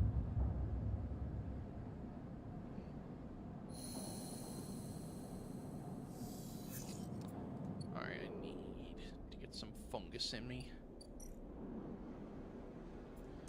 One of your finest fungus, please. Your mouth stings as your sensory. Emphas doesn't really trust people easily, but he notices his regular customers in his own quiet way. Sleeper. Emphas calls out to you, a booming voice that echoes through the corridor. Tell me a story. He throws a handful of chopped mushrooms into his walk, the fire leaping up to meet the oil. I see you. Cycle in, cycle out, but we never speak. Tell me a story. What kind? Any kind. He pauses to drizzle something from a plastic bottle into the walk. But one of yours. He looks up to you. Nothing stolen. You pause. The spices rich in your nostrils and think about the kind of story you'd like to tell Emphas. You look at Emphas, the listener, and imagine he has heard it all before. Perhaps he would enjoy a strange story, something with some spice. Tell the man a ghost story. You start simple. You tell Emphas about the routines and structures of a life as a sleeper. The ARP assignments, the freezing cold transport shuttles, the endless tedious days of work. You make it almost sound normal, as if you weren't all also struggling with your new bodies, your fractured minds, your harrowing depersonalization. This for effect. Then you explain one assignment, a scrap detail in a facility left to rot for hundreds of cycles. The idea, you tell Emphas, was to rip the place to pieces, turn it all to scrap, and load it into freighters. Most of it was machine work. They sent a couple of you down deep into the facility on a special order to find the mainframe and disconnect it. You leave a dramatic pause for emphasis sake. Yes, emphasis sake. I get it. You're funny. You lean in a little, so the smoke of cooking fills your nostrils, and you tell him of the way the place moved, the way it shifted and changed in front of you, the way corridors twisted and pulsed like intestines, and at the rotten heart of it all, you tell him what you found. An empty suit, from which erupted a mass of metal, like a tree, like a forest, great trunks of ribbed steel exploding from the faceplate, buttresses of silicon stretching up to the shadows, and a mainframe that screamed when you cut it out. Emphas finishes cooking and squints a little at you. Sleeper, he smiles. You are quite the storyteller. He eyes you, and you realize that he is trying to gauge how honest you have been in your story. Emphas passes you the meal he has cooked, and you take it gratefully. As you eat, he talks. A natural exchange. Thank you, Sleeper. He looks around at the emptying market. But my time is done for today, and I do not want to keep you longer, so I will make a proposal. He gestures to the plastic boxes of ingredients stacked behind his stall. These are good enough for most, but someone told me a story that made me think a couple cycles ago. They said that across the gap in the Greenway, fresh mushrooms grow. You heard this? No. Neither had I, but I trust the one who told me. Emphas begins packing up his things. Can you bring me some? I cannot cross the gap, and I worry about leaving my things behind. He smiles. I'm sure a storyteller like you can handle the trip. I will prepare them for you, and if you wish to tell it, be the audience of another story. Agreed. Good, booms Emphas. I will wait until you bring them. Emphas slides his walk away and straightens up. I will prepare a recipe then, Sleeper. Good luck with your foraging. You turn away and walk back into the main market, the rich taste of Emphas's food still lingering in your mouth. Stories for food, you think. A trade that seems more than fair.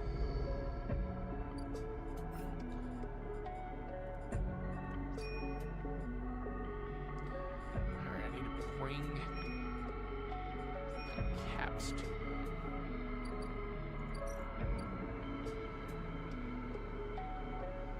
I don't know where the heck to get those things. I do need to also head to low end sometime soon. Let's do it.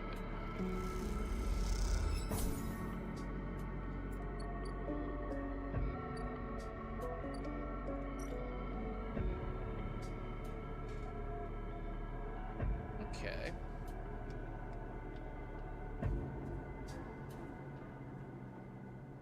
No one knows you're here. You'll need to change that if you want access to low-end residence facilities.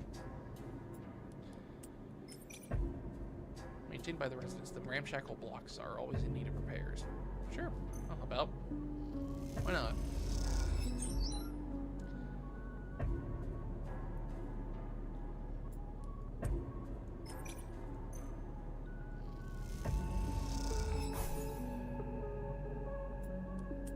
Sure, I'll just keep helping out.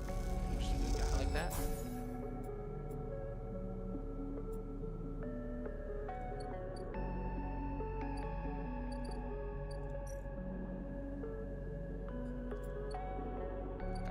Stuff here. NG Express. Oh, it's like a little thing. Tap house.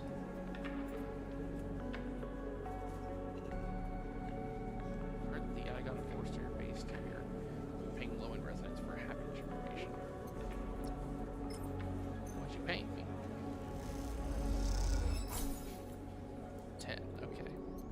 Great. Let me go into the complex. Why not? Yeah, who lives here?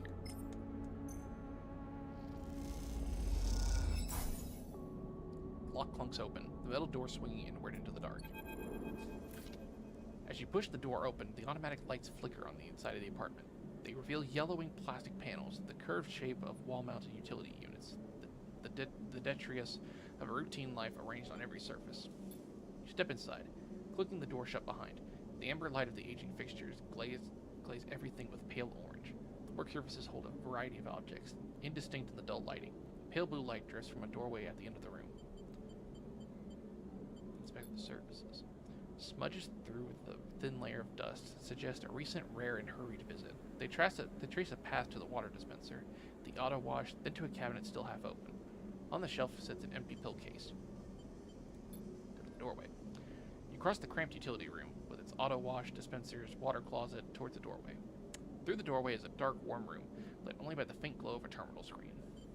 Back to the room.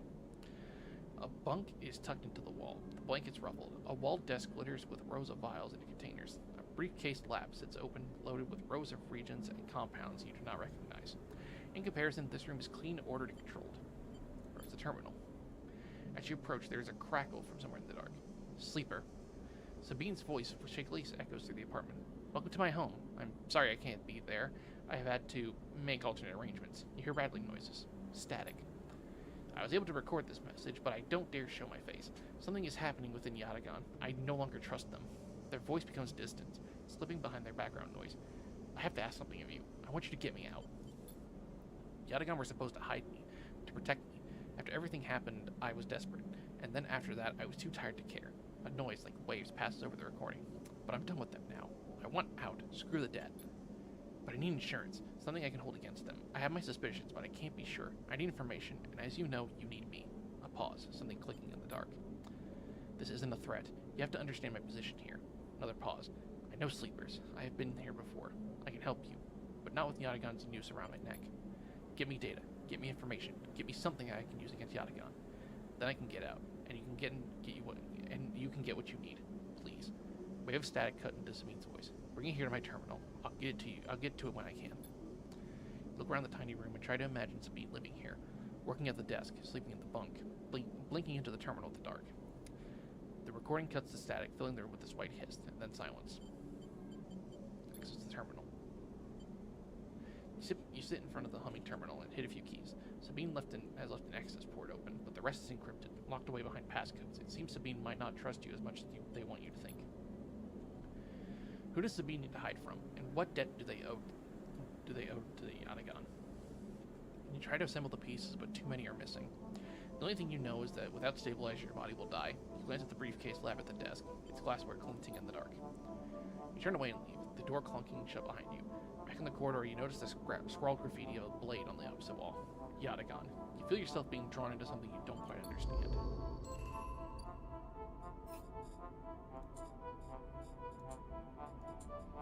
Get Sabine out. I do have Yatagan data, though.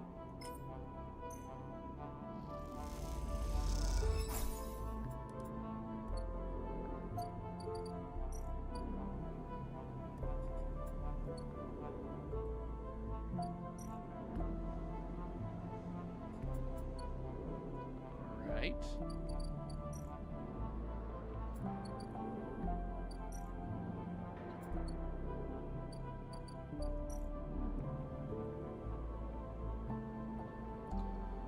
Maglocks. These old maglocks look like the Egypt key. Why have a heavy security for a decaying dock?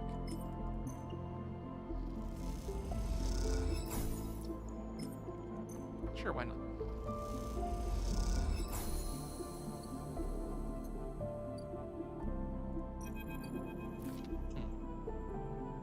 As you slip inside the sealed dock, a pulsing light grabs your attention. Among the discarded tubing and rusted plates, a machine flickers with a warm glow. Approach the machine. As you get closer, you recognize the machine's blocky shape, settled into an alcove in the side of the dock. A kind of upright cabinet is covered in faded logos and messages, from which you can assume it was once an industrial vendor intended to dispense and manufacture ship fittings and other mechanical parts necessary for the regular running of freights and resource extraction vessels. The manufacturer is listed as Neovend, and you remember an advert from long ago, squeezed among all the off-world recruitment drives that assaulted every planet-born citizen, which chirpily sang that name over and over. You wipe a layer from the dust of the cracked screen, thinking of those contractors squeezed by their own corporate employers to pay for every bit of minor maintenance on their rented ships. Enter your registration. Chirps a pre-recorded message, catching you off guard. Press some keys. You reach for the keypad and something begins whirring. At first it sounds like servo motors starting up, but it quickly becomes a whisper, a whining, then a multi-tonal voice that emanates from Neovend. Entity, they hissed. Speak with me. Who's there? There's a squeal, almost like some strange mechanical swallowing your intake of breath, before the machine speaks again. I have need of you. You have need of me. That squeal comes again, and you see that it is the 3D printing apparatus in the upper part of the machine resetting into place, so that each time the servos can be orchestrated to produce that whirring, whining voice. You are in danger. Danger. The machine creaks. You are marked for deletion entity. Hunter tracks you. The screech rattles through the empty dock. You remember the strange head, the figure, threads closing in. Hunter. The Hunter protocol. They taste your signature. The sudden whine sets your teeth on edge. You have seen them. This is the gift of an emulated mind. You close your eyes and the skeleton of the station starts to thrum. Emulated minds are adaptable. Move wherever neurons can't. The mechanism resets, but emulation makes you target. How? Hunter searches for illegal entities. Neovent screeches. You are sentient, therefore illegal. The servos judder the vending machine's casing as they reset. Hunter searches for me also. Hide in this machine. You look at the ruined vending machine, as unusual hiding places for sure. Can counter Hunter, but need entity outside machine. The light flickers. Need you. A screen. Attached to the vending machine with a swiveling arm comes to life. It displays a flickering map of the station, ghostly, threaded. The cloud. Points along the rim glowed the deep red. Hunter is always gathering. Too much data. Must build nests. Explains Neovent. Masters are gone, but continues hunt. Bring this data. Raid its nest. Masters? Station builders. Solheim. The machine rumbles impatiently. Long gone. Their protocols still haunt. Bring offerings. Save self. Neovent says pointedly. Mutual need means friends. They conclude, tired of the conversation. The whirring amplifies and then suddenly drops as mechanisms within the machine click back into place. The glow fades, and you are left stood in the dark of the sealed dock, that whirring voice ringing in your ears. So this Neovent thing now needs things and is hiding from the call. Oh, they need specifically Hunter data. Okay.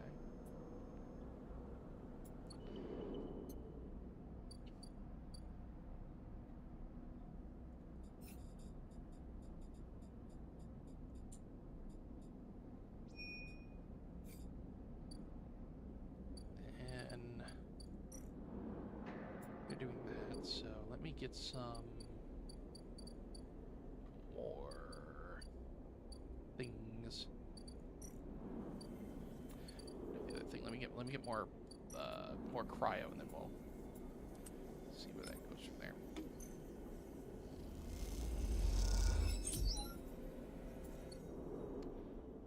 All right.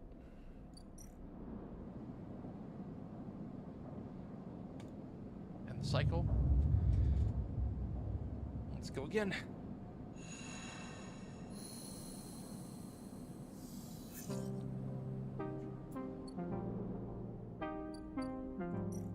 Version freighter. Oh, ship mine fragments.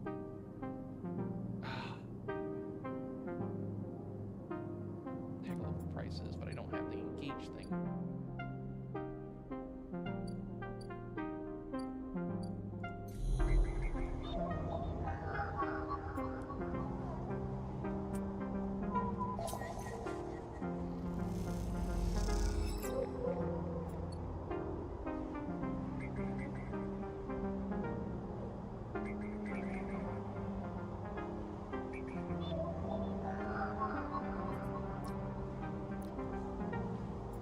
That needs the cipher.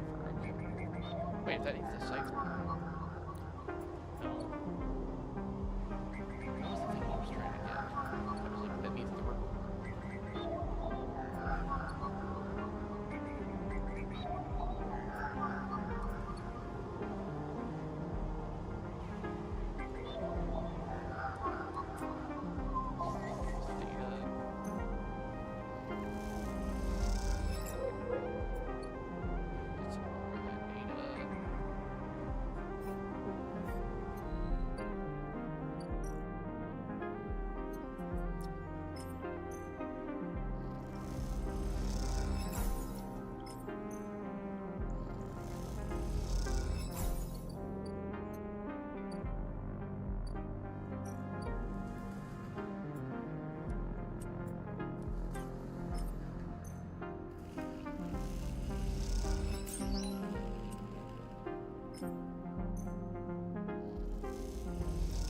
Keep going with that. I really need one to know that Dragos as well.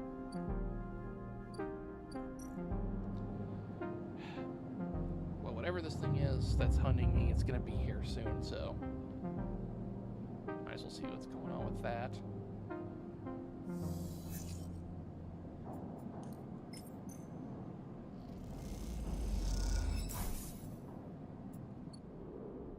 I should have done that before the last day, but you know what? It's fine.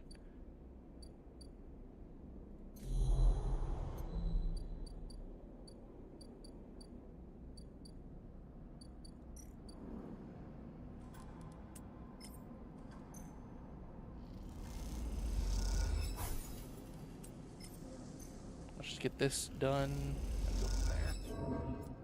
Oh, of course it did. Come on now. I want the last one. Come on. Thank you. The red cutter Dragos has brought in salvaged his history of your heroes. Squeeze into the office at the entrance to the yard. You lay out everything you have on the winter light.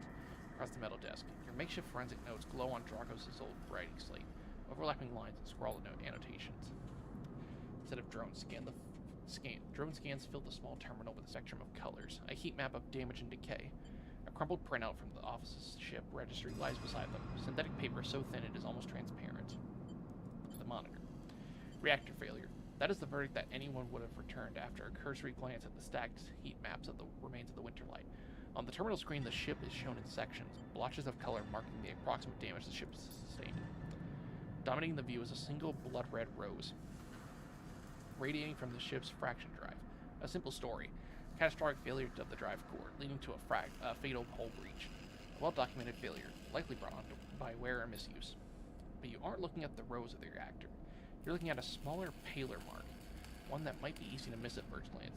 It is thumbprint-sized, and delicately placed over the control servos for the ship's main external lock. It suggests a controlled shaped explosion, one designed to punch through the hull and allow access to the airlock from the outside. You're looking at it because it's troubling you. Look at the slate. Your attempts at a reconstruction of the Winterlight before its fatal accident consists of a series of overlapping sketches and diagrams showing possible layouts and configuration of the gutted cutter. There was no off-the-shelf model. It was heavily modified. Parts replaced with inventive configurations, the new retrofitted into the old, handmade joints and reconditioned filters. This was someone's pride and joy, a lifetime project kept running with care and intuition. It also contained a set of hidden compartments. You missed them at first, where the hull had been thickened, the corners rounded to disguise the change, but they are there. Look at the printout. A plain list shows the registration history of the the weather light, like I'm playing Magic the Gathering. The Winter Light. The gaps between the entries tantalizingly opaque. Its first registration was a couple of thousand cycles ago on this very station, locked at the central hub. From here, the registry tells the story of a busy ship, one that rarely stayed on the station for more than a few cycles, and often took on voyages that kept it away from the eye for up to 100 cycles. The Winterlight got little rest. An old ship, many cycles under its belt, carefully maintained. A reactor failure preceded by a carefully concealed external entry. A suite of hidden compartments, tucked away. This was the Winterlight, and this was its story. But that's not the full story, because there's something else. It is little more than a list, a tiny chunk of data you were able to pull from the ship's systems. The main systems were fried, of course, but the Winterlight had a separate system, one tucked away in one of its hidden compartments, armored, air-walled. This list, the only recoverable piece from the whole system, is a partial inventory. It details the contents of the hidden compartments. Some of it you recognize, some of it you don't. Shipmine ROMs, shimmer, cryochain codes, and then the final entry, passenger, sleeper. You stare at the list in the terminal and try not to think about what it was like arriving here, in the cold for so long, half frozen in the freight container. Had this sleeper been smarter, luckier? How had they convinced the Winterlight, a smuggler's ship, if you ever saw one, to extract them from Essenarp? Luckier, you laugh. There had been no remains found in any of the Winterlight's compartments. You had checked. They weren't so lucky, you guess. Not in the end. You hold up a vial of stabilizer to the light. This was all you found in their compartment. Parting gift from Essenarp. Well, it won't go to waste now. You put it back in your pocket. The thought still bothers you, though. Two ships carrying sleepers coming into the same yard. Two, one after another. That feels wrong. You flick back and forth between data sets on the terminal, thinking, and you see that thumbprint again. The mark of someone trying to get in. Someone who entered the winter light with precision and speed, and when they were done, left the reactor to clean up the rest. The thought of that person makes you shiver. Suddenly, the office door creaks open. Ah, dang it, Dragos. Drago stands in the doorway, staring at the equipment and notes you have assembled. What's all this? He snatches the slate from the desk, faster than you realized he could move. You run an investigation here? What am I paying you for? The drone on his shoulders starts whining shrilly, his anger passing to it through his implants. Where is this ship from? Leave this alone. He starts shaking his head. I know you have a lot of questions, but this isn't the way. He turns away, muttering to himself. This is the last thing I needed. This ship had a sleeper on it. Dragos freezes, suddenly angry. What did you say? He pushes past you to look at the terminal, at the list. He shakes his head. So what? Aren't all of you trying to escape? You were lucky it was you that made it out alive and not them. He folds his arms indignantly. Drago seems to steady himself and then turns back to you, the heat map of the reactor failure reflected in his headset's glassy eyes. I've given you a place to stay. I've given you work. He stumbled over some words, not sure what to say. There's plenty others who would have sold you on, turned you in, but not me. No. I know. He softens. Look, you helped me too. He quiets the drone. I've done well by you, and you've returned the favor. He straightens up and clears his throat. But this obsession you have with this ship isn't going to work for me. I can't have you making my clients nervous. I can't have you digging up whatever it is you are after. He sighs. You can't work here anymore. What about the winter light? He reaches over and switches the monitor off. Forget about the damn ship. You have enough to keep you up. Dragos reaches across you and flicks off the terminal. As the light of the monitor dies, a kind of eerie calm falls on both of you. Whatever this was, it is done. You made it out, Sleeper. That means you have to move on. Someone killed that ship and its crew. And you want to meet them? He shakes his head. We are done here. In the dark, Dragos' headset glints, and you wish for a moment you could see his eyes and meet them. But maybe then he would understand. You get up from the desk, and Dragos gathers his notes, stuffing them into a pocket of his overalls. He holds the door open for you. His headset is expressionless as always. You can stay in that container. I won't take that from you. Don't come back. His tone is final, definite, with an edge of disappointment. You walk out of the office, and then out of the yard, not stopping to look back. You leave the yard, thumbing the vial in your pocket, knowing that this, at least, guarantees you a little more time. And as you walk, your mind once again drifts to that person who killed the Winterlight, and whether or not that person will come for you. Find a gift from someone who like you. Okay.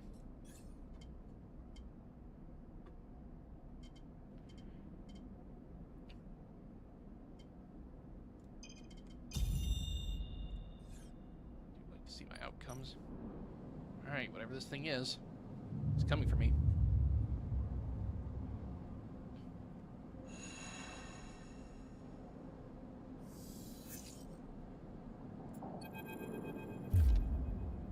Hold it there, Sleeper.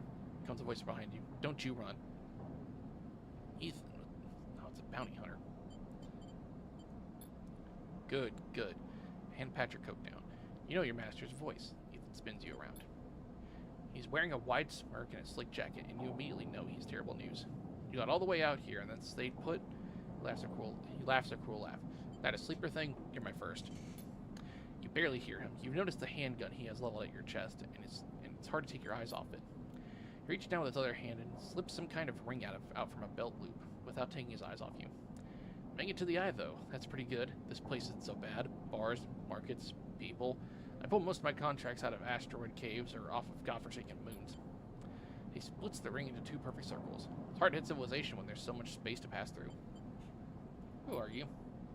Just a freelancer on a contract. He reaches over to slide the rings around your wrist. Go easy. Make a break for it. You see the chance the moment his eyes leave you to watch the rings. You spin, knocking him away and sprinting down the corridor. Then the shot rings out, echoing off the metal so loud it hurts your ears. A bullet hole smokes in the wall beside your head. You freeze, and Ethan closes the gap. This is a very boring routine. Trust me, I've seen it all before. Slips the ring over your trembling wrists. Ethan nudges you to start walking. To the ship and home, he whistles, going easy. You stumble down the corridor, your hands behind you, your mind racing. Please, stop. Don't debase yourself by begging, please. Ethan pulls a sharpshooter's earplug out, then pops it back in. Consider these deaf ears. Ethan yawns and continues to nudge you down the corridor. Shame to come all the way out here just to head back to SNR right away. That tracker of yours makes this too quick. I was hoping you'd put up a bit more of a chase, you know. Running battle through the Bright Market, maybe, or hold out in the low end. There's a few establishments I would have enjoyed checking out while I asked around. You walk in on silence for a little longer, desperately trying to think of a way to escape. That SNR tracker will be the death of you. Hey, I have an idea. Ethan interrupts your thoughts. How about on the way back to the ship we stop for a drink? I'm buying. He laughs at his own joke. I have a better idea. It better not be one of those where you do dramatic pause and try to jump me, because I'm pretty tired of that. Although, muses Ethan, I've got myself thinking, what's the rush here? Here we are in one of the most lawless joints in the surrogate systems, and we're here heading for the exit. He pauses, and you trudge on in silence. Okay, here's the idea, starts Ethan. You and me make a little agreement. Here are the terms. He turns you to face him. You run, or leave, or try to abandon the eye, I shoot you. You plot or scheme, you try to kill me, I shoot you. But, he smiles, you come meet me in an establishment of my choice every few cycles and you pay my tab, I don't shoot you. He pauses. You don't pay my tab, he rattles his handgun. You get the idea. I get it. Okay then, sounds to me like a deal. He stretches. You know, I really thought I was gonna have to kill you, but this is so much better. He clicks something at his belt and the rings release from your wrists. I'm gonna see if I can find my old stool at the compressor club. See me there. He aims a handgun at you, squinting down the sight. But just remind you, that body of yours is one big tracker, so don't even think about leaving the eye. I'll know. Ethan turns and strides off down the corridor, slipping his handgun away. The mix of relief and terror you feel is overwhelming. What are you gonna do?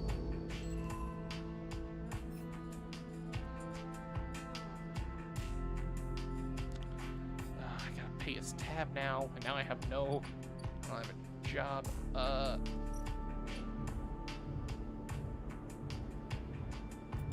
You see Ethan from a distance shouting from the bar for more drink. The bill isn't gonna be small, is it? More fungus, please.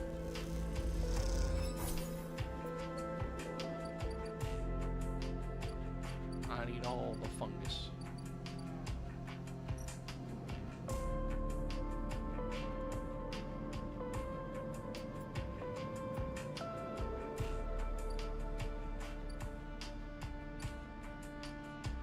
Alright, I really need to disable this tracker.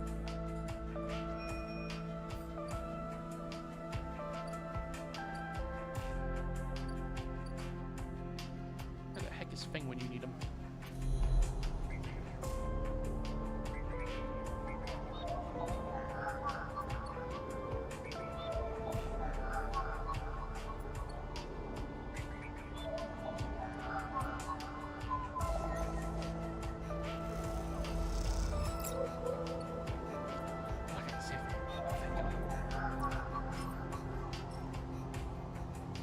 Shipyard. He flips. I'm in.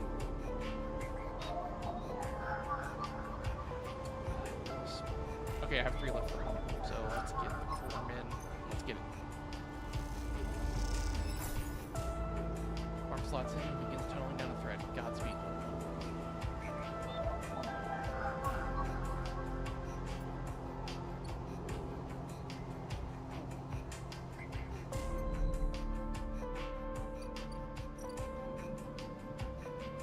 Oh, but it'll take a few cycles to run the closed network. It's gonna take 3 cycles, come on.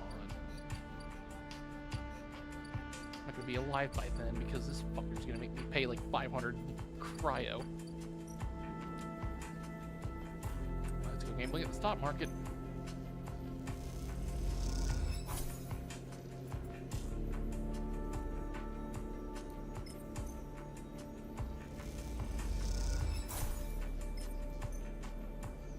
Just keep selling things.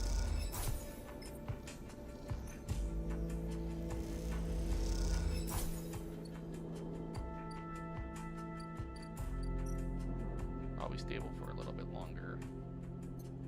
I would like some more Yatagon information, but I can't really do that right now because the guy over there is doing some things.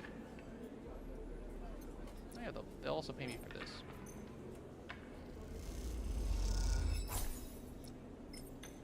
Give me money.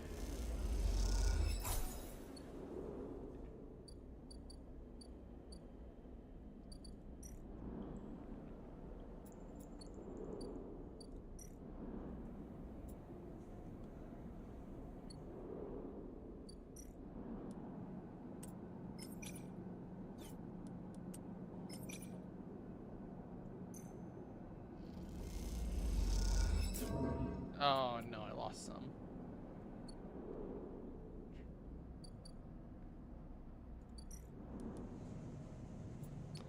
Can I not do any of those? Do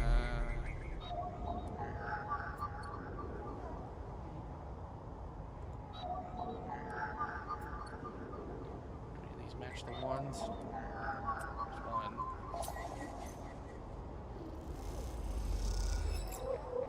Keys.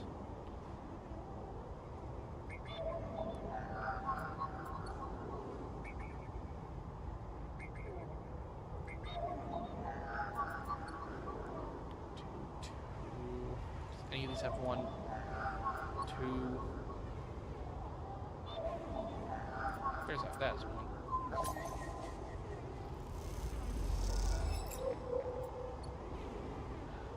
More PC Yatagon data. That's most I can do today.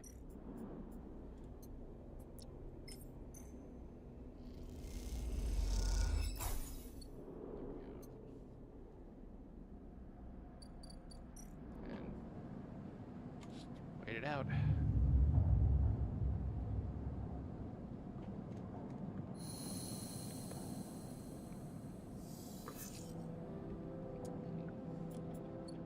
Okay, now these rolls are getting insane.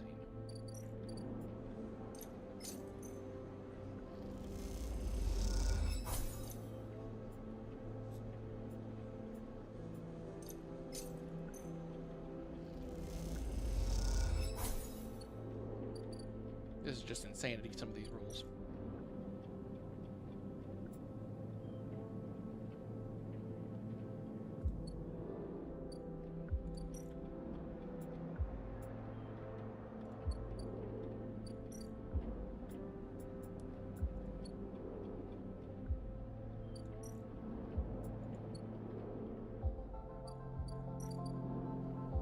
Okay, so now I gotta do another thing, but this hunter is gonna be on me again. I don't know if this thing can kill me, but I don't know if I want to test that.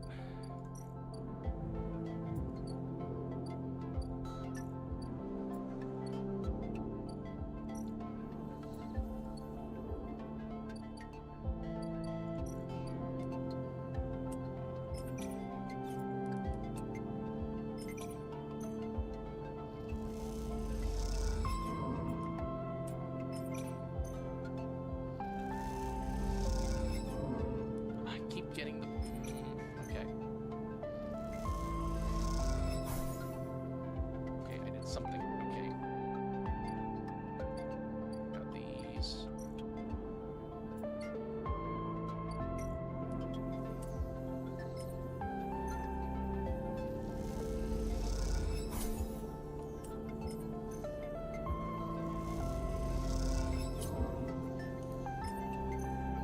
So let's put that off.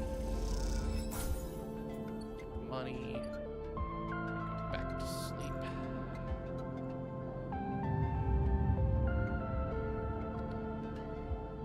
It's my cycle every day. Get up, work, eat fungus, leave. That is the retro daily routine for you.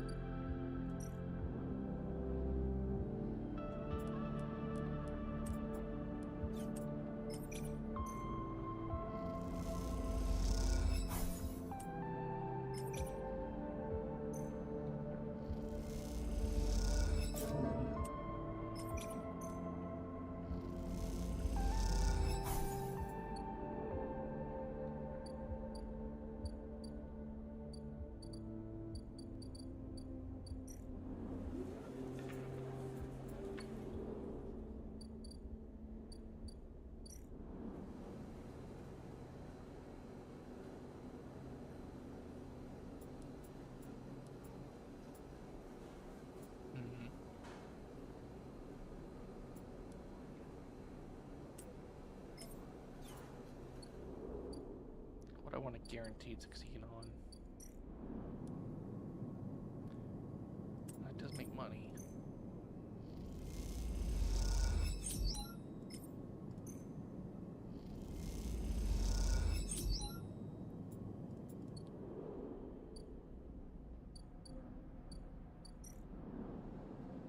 There we go. Works out, and now I can get the worm in there.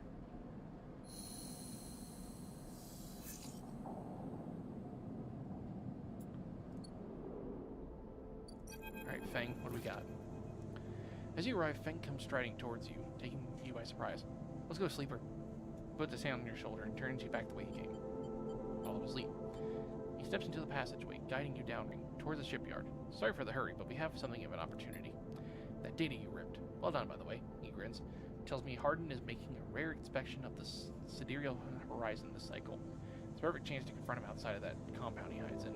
Feng takes a sharp turn onto a dimly lit side passage. Sidereal horizon. Still catching up. That's the massive colony ship being built out in the shipyard. Biggest commission Havenich has ever had. Feng slows and slips into the dark service tunnel where something in the black, a water pipe, drips. It's him, Sleeper. The same Hardin Hurst. Our warrant ripped out decades of records that mention him by name, an entire trail of documentation from the first few days of Solheim's collapse until now. He wrote out the whole thing, slipped into Havenich when it first broke out from the Union. He paces in the tunnel, a hand rubbing at the back of his head. I need you to understand something about Solheim, Sleeper. I don't know what you know about the collapse, but it wasn't as instant as it sounds. It wasn't like Solheim was here, running the station one day, and the next, Erland's Union took power. Back then, Solheim knew that this place was slipping away from them. As the palladium market collapsed, they tried to keep the contractors here working. They got smaller, the costs higher. People like my parents were forced to work nonstop just to take a berth on the station and water in their tanks. Solheim squeezed every last worker until the mistakes, the accidents, were coming in nonstop, and as new waves of contractors came in, desperate to work, Solheim welcomed them, taking bribes instead of checking pilot licenses.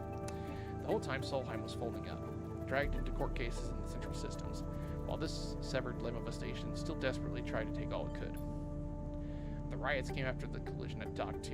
A young pilot, his MEV overloaded with palladium, miscalculated his trajectory and took out a section of the ring. Hundreds died. Thousands panicked. My parents told me people were terrified, and the blame fell squarely on Solheim. People like to tell stories about Erland and how he brought the factions together, spoke to the crowds, turfed out Solheim. Maybe that's true, but my mother, pregnant with me, locked herself in their MEV and welded it to the dock, while my father joined the improvised crews, trying to seal up the ragged edges of the gap. He never came back. Feng pauses in the dark. They sealed it up, though, and by the time they did, Solheim was gone, abandoning every one of us into the black, apart. Feng finally turns back to you now, his eyes burning. From shits like Hardin, shits who held their place, wrote it out, and slipped into the new structure like nothing had changed. Standing shoulder to shoulder with those they had exploited at every step. Feng starts to walk again. So I can't just let him strut about the shipyard. This time his past catches up with him. How is he still alive? Clearly you don't know much about executives. That kind of power comes with certain benefits. Feng rejoins the main passageway, which is now wide and glass-roofed. Through the ceiling you can see ships in mid-construction, their flanks lit by flashes of plasma torches. The entrance to the shipyard is ahead. Let's go. Feng grins. Let's go show the shithead some consequences. He strides to the shipyard entrance and pushes through the doors. A web of corridors lead to the complex. Snatches of the construction bays, always appearing through windows. Ships are suspended like whale corpses, skeletal, imposing. Feng seemed to know exactly where he is going, and before long he crossed into a huge dry dock locked to one side of the sidereal horizon. A network of platforms and scaffolding cling to the ship's hull, filled with workers and equipment.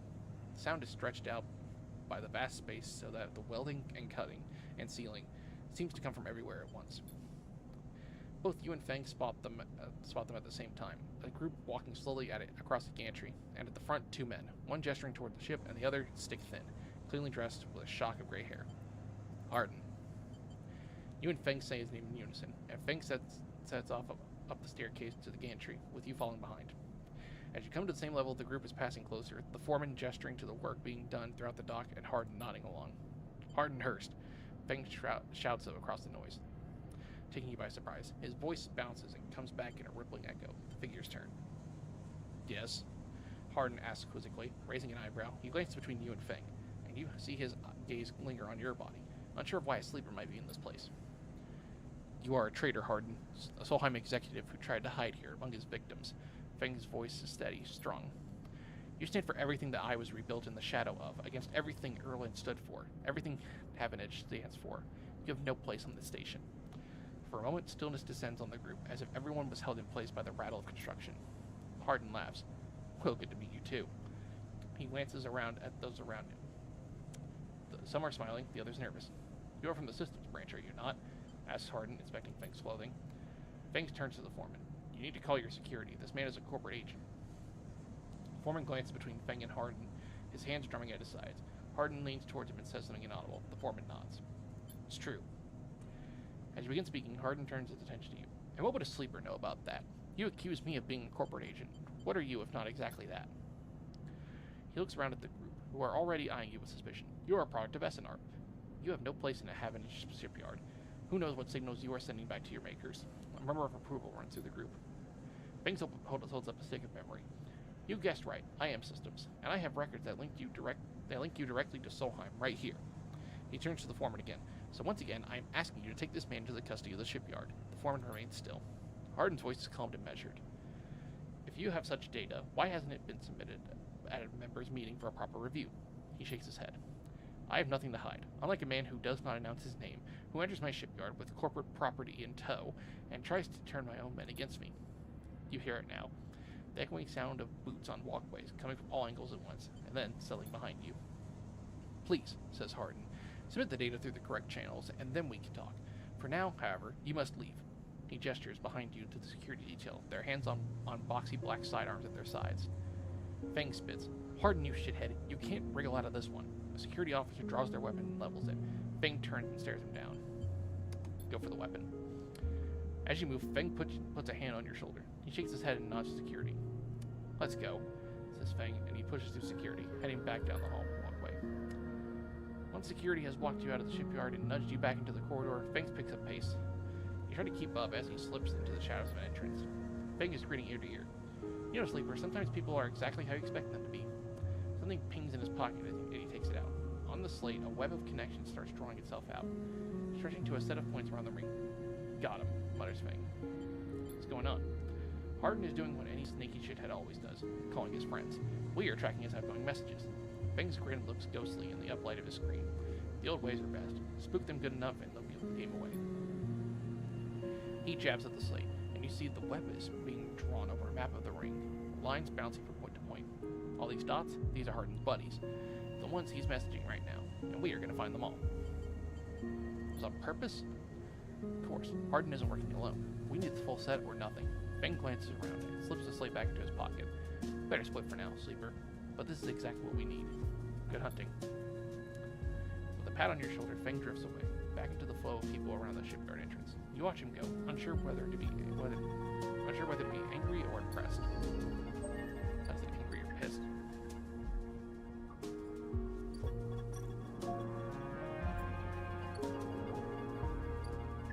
Oh. Ever since your trip to the shipyard, Feng's been missing from the bay. What's happened?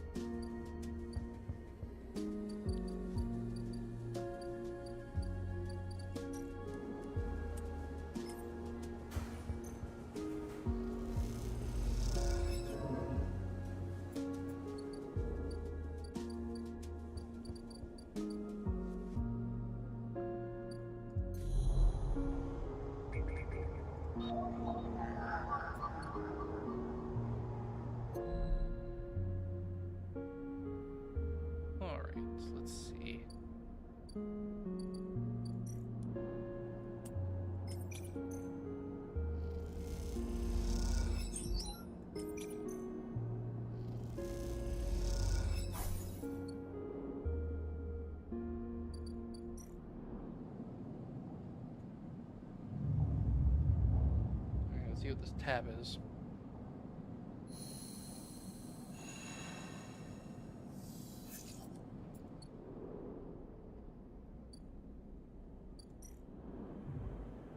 Oh, 58, that's not bad, actually. Let's go ahead and pay it. Get out of the way. As you hand over the chits, you hear Ethan laughing hysterically somewhere down the bar. I can't believe you just did that. Ethan's mocking laughing comes from along the bar. You look over to him leaning across it in a pool of light, empty glasses and spilled drinks glinting around him. It's always dark in the compressor, but this cycle the place is packed. A load of spacers mixing with the locals. Usually they run. Ethan spins a glass on the bar, or they go spend their savings on some local heavy I have to put down. They don't pay. I'm done. Wrong. Not even close. Ethan gets to his feet. The glass falls and smashes, but he doesn't seem to notice. You think that's it? One round of drinks and we're even? Sleeper, come on. His hand comes to rest on the butt of his handgun, dangling from his chest holster. What's wrong with you? Ethan laughs hard, and the people around him turn to see what's happening. You think this is on me? I think someone in your position might have a better idea of how all this works. I'm a freelancer, Sleeper, just like you. We both signed a contract with SNR, didn't we? The difference is that my word means something. He closes the gap, stumbling a little. What did you think? You could just run away from your contract, your debt? You could just steal that natty little body of yours and take it for a joyride, play human for a cycle or two? Nothing like you. That's what I'm saying. Ethan is addressing the bar now, having noticed the attention from the other patrons. You are a coward. I'm a professional. Though I should thank you, Ethan nods, his head heavy, for giving me such an easy job. I'm used to outlaws, you know, real bounties. If I knew catching sad little escapees like you were so easy, I would have changed clients ages ago. Someone shouts from the back of the bar for Ethan to shut up. He holds a finger in that general direction without turning around. Shoot me or let me leave. Oh, I see. Toughen it up here. He gestures wildly at the crowd. Thumbs up or thumbs down, folks. Most turn back to their drinks, no longer interested in this tired show. Ethan mutters insults as he walks back to the bar. Ethan sits heavily down back at his stool and searches through his glasses for one with something left in it. Thing is, Sleeper, I can find you anywhere. It's actually wild that you haven't figured it out. That body isn't yours, and it will always betray you, no matter what. He finds a glass and downs its contents. So please, go. I'll catch up with you whenever I need another. He laughs and taps the bar for a fresh drink. Look at yourself. Give it up, Sleeper. I'm done teaching you for today. He settles his head on the bar and closes his eyes. I'm sick of you. Go find a job. You turn your heel and are out. Out of the cloying darkness and the sweat stench of the compressor, you walk hard and fast down the walkway, anger driving your footfalls into the metal of the rim like hammers.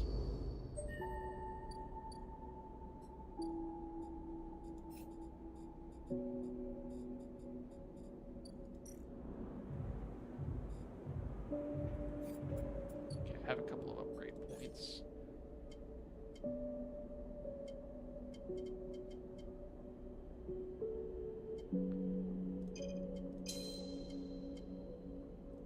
I do like the idea. Oh, I need more upgrade. I need 2 upgrade points to get that. Okay.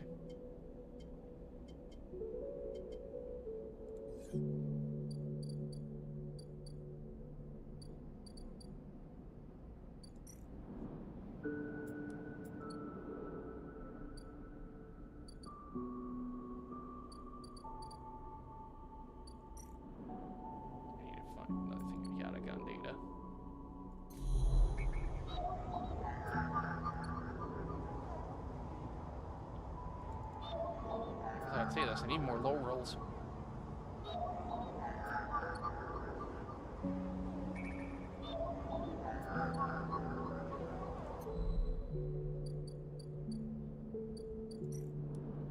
Let's go and get this done.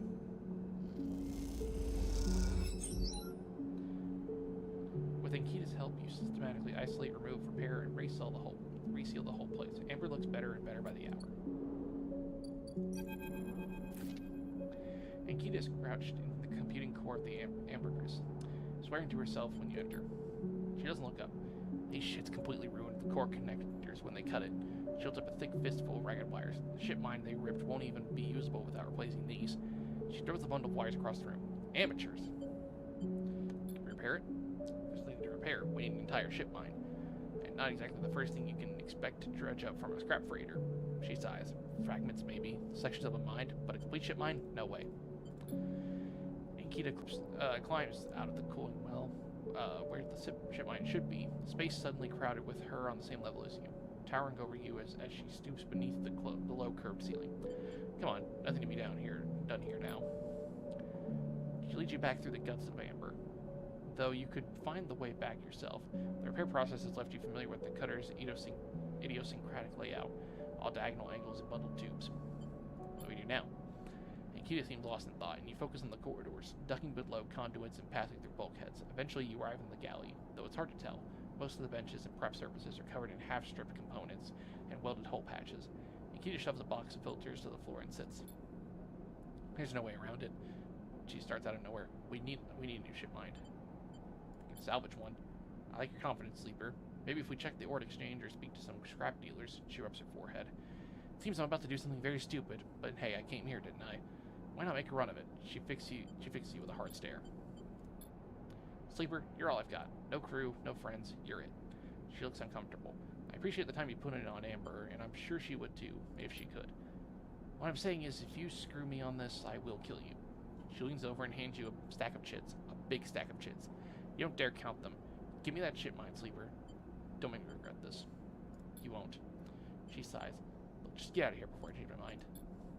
You slip out of the galley and head back toward the main lock. As you do, Amber growls and creaks like a caged animal. You reach out a hand to calm her. Time to find Nikita to ship mine. Somehow.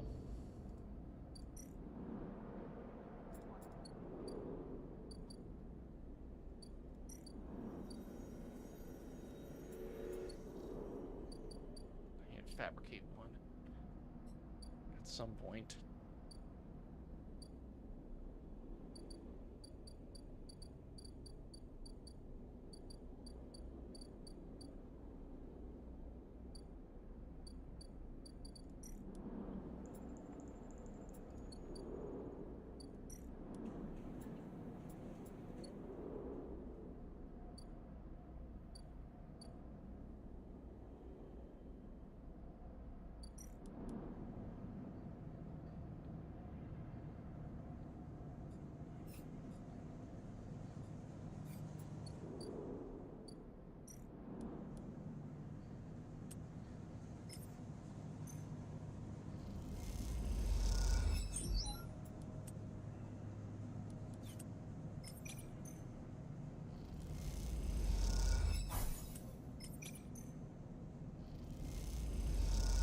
On the shipyard.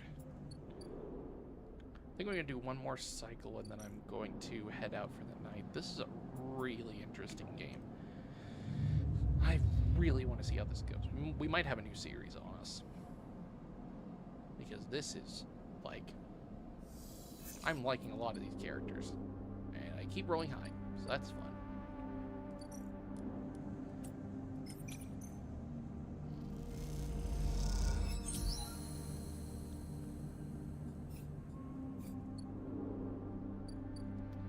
Lem and Mina, worker and daughter. From the walkway, the side reel horizon looks impossibly vast. A landscape of plating and frames. All along her flanks, torches flicker. Drones maneuver, arc lights glint. The sense of scale, of industry, is both stunning and strangely unsettling. She's quite beautiful, I think. You turn to see a figure a little way down the walkway, leaning at the railing. He is thin, ragged, his work gear poorly fitting and loose. The torches of the side rail horizon flicker in his eyes as he turns to you. Lem. He leans from the rail, revealing a child standing beside him, staring out at the ship. And this is Mina, he adds with a smile. Hi, Lem. Hi, he replies plainly, then shifts a little closer down the rail. Mina stares and tucks herself behind Lem, who dutifully picks her up. Mina looks out from Lem's chest, a dark brown eye twinkling among the rough material. You working on her then? Lem asks eagerly, gesturing to the vast ship, or just admiring. He shifts Mina's weight to work on her arm. Admiring. Understandable, he nods, gazing back out at the side rail horizon. You like her too, don't you, Mina? He jostles her a little. She's Mina's and my ticket out of this place. Our escape vector, so to speak. How? You haven't heard? Anyone who takes a half-an-inch contract on the side rail horizon will be entered into a draw for the transit support crew. He smiles. We don't get to sleep the journey through, but a couple of decades of service will be nothing for me and Mina if it means landfall in a new world. He winks. Transit support. Uh-huh. Something needs to stay awake to keep the thing running. He straightens up, stretching his back. It's a colony ship, friend. And the Celis Foundation is sending thousands to settle a system well outside the reach of the core worlds. It'll be a totally independent colony. No surrogacy, no corporations. Sounds crazy. Could be, but you see another way out of here? This way we can build a home somewhere with real gravity, real air, rain. He plays with Mina's hair absentmindly. Rain, Mina. You'd love that, I think. Mina responds by pushing his hand away. Daddy, she whispers. Food. Pulling an exaggerated grumpy face. She glances furtively at you, and she plays with a set of dog tags that hang from Lem's neck. I'm just chatting a little, Meanie. Give Daddy a sec. He turns back to you and suddenly notices how tired he looks. I'm not on the Havage crew yet, but I'll work my way in. You can do it too, friend. We have to stick together. He smiles a little shakily, and you wonder how long he's been working to break into the official shipyard crew. I'm working on it. He looks out at the side rail horizon as if trying to pull energy from those flickering torches from the vast hull. We've got to hold out, okay? You aren't quite sure if he is talking to you. That's how it works. While he stares out, Mina catches your eye curiously. Do you agree, Mina? She straightens up and meets your eye. Daddy loves me, she says it stubbornly, daring you to question her. Lima smiles and lifts Mina. That's it. We hold on. He smiles sheepishly at you. We're just a couple of softies, isn't that right, Mina? He sits her down, standing by his side, and she clings to his leg. How you go feed this one? He pats her back. Maybe see you on a shift, huh? He turns, and they walk down the walkway, away from the shipyard. You see them talking, and then a moment later, Mina turns around and stops. See you, robot. Her shout echoes down the hallway, and she flashes you a parting smile before running to catch up with Lem. We watch them a little before you turn back to the impossible scale of the side rail horizon. A ticket out.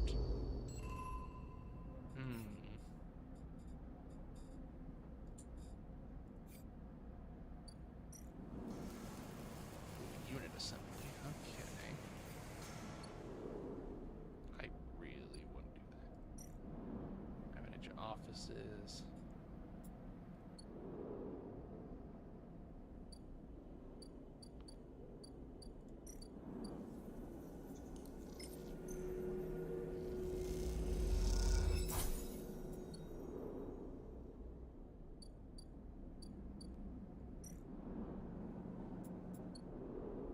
Ship mine core. Let's get some stuff at the unit assembly, and then we'll call it a night.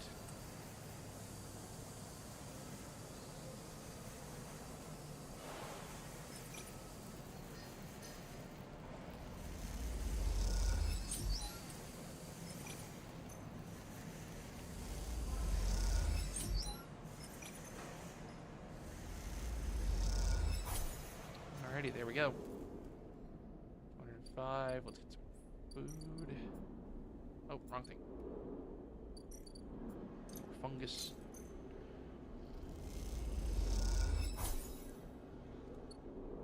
And I think that'll be it. Let me just go to the container. Take the stabilizer.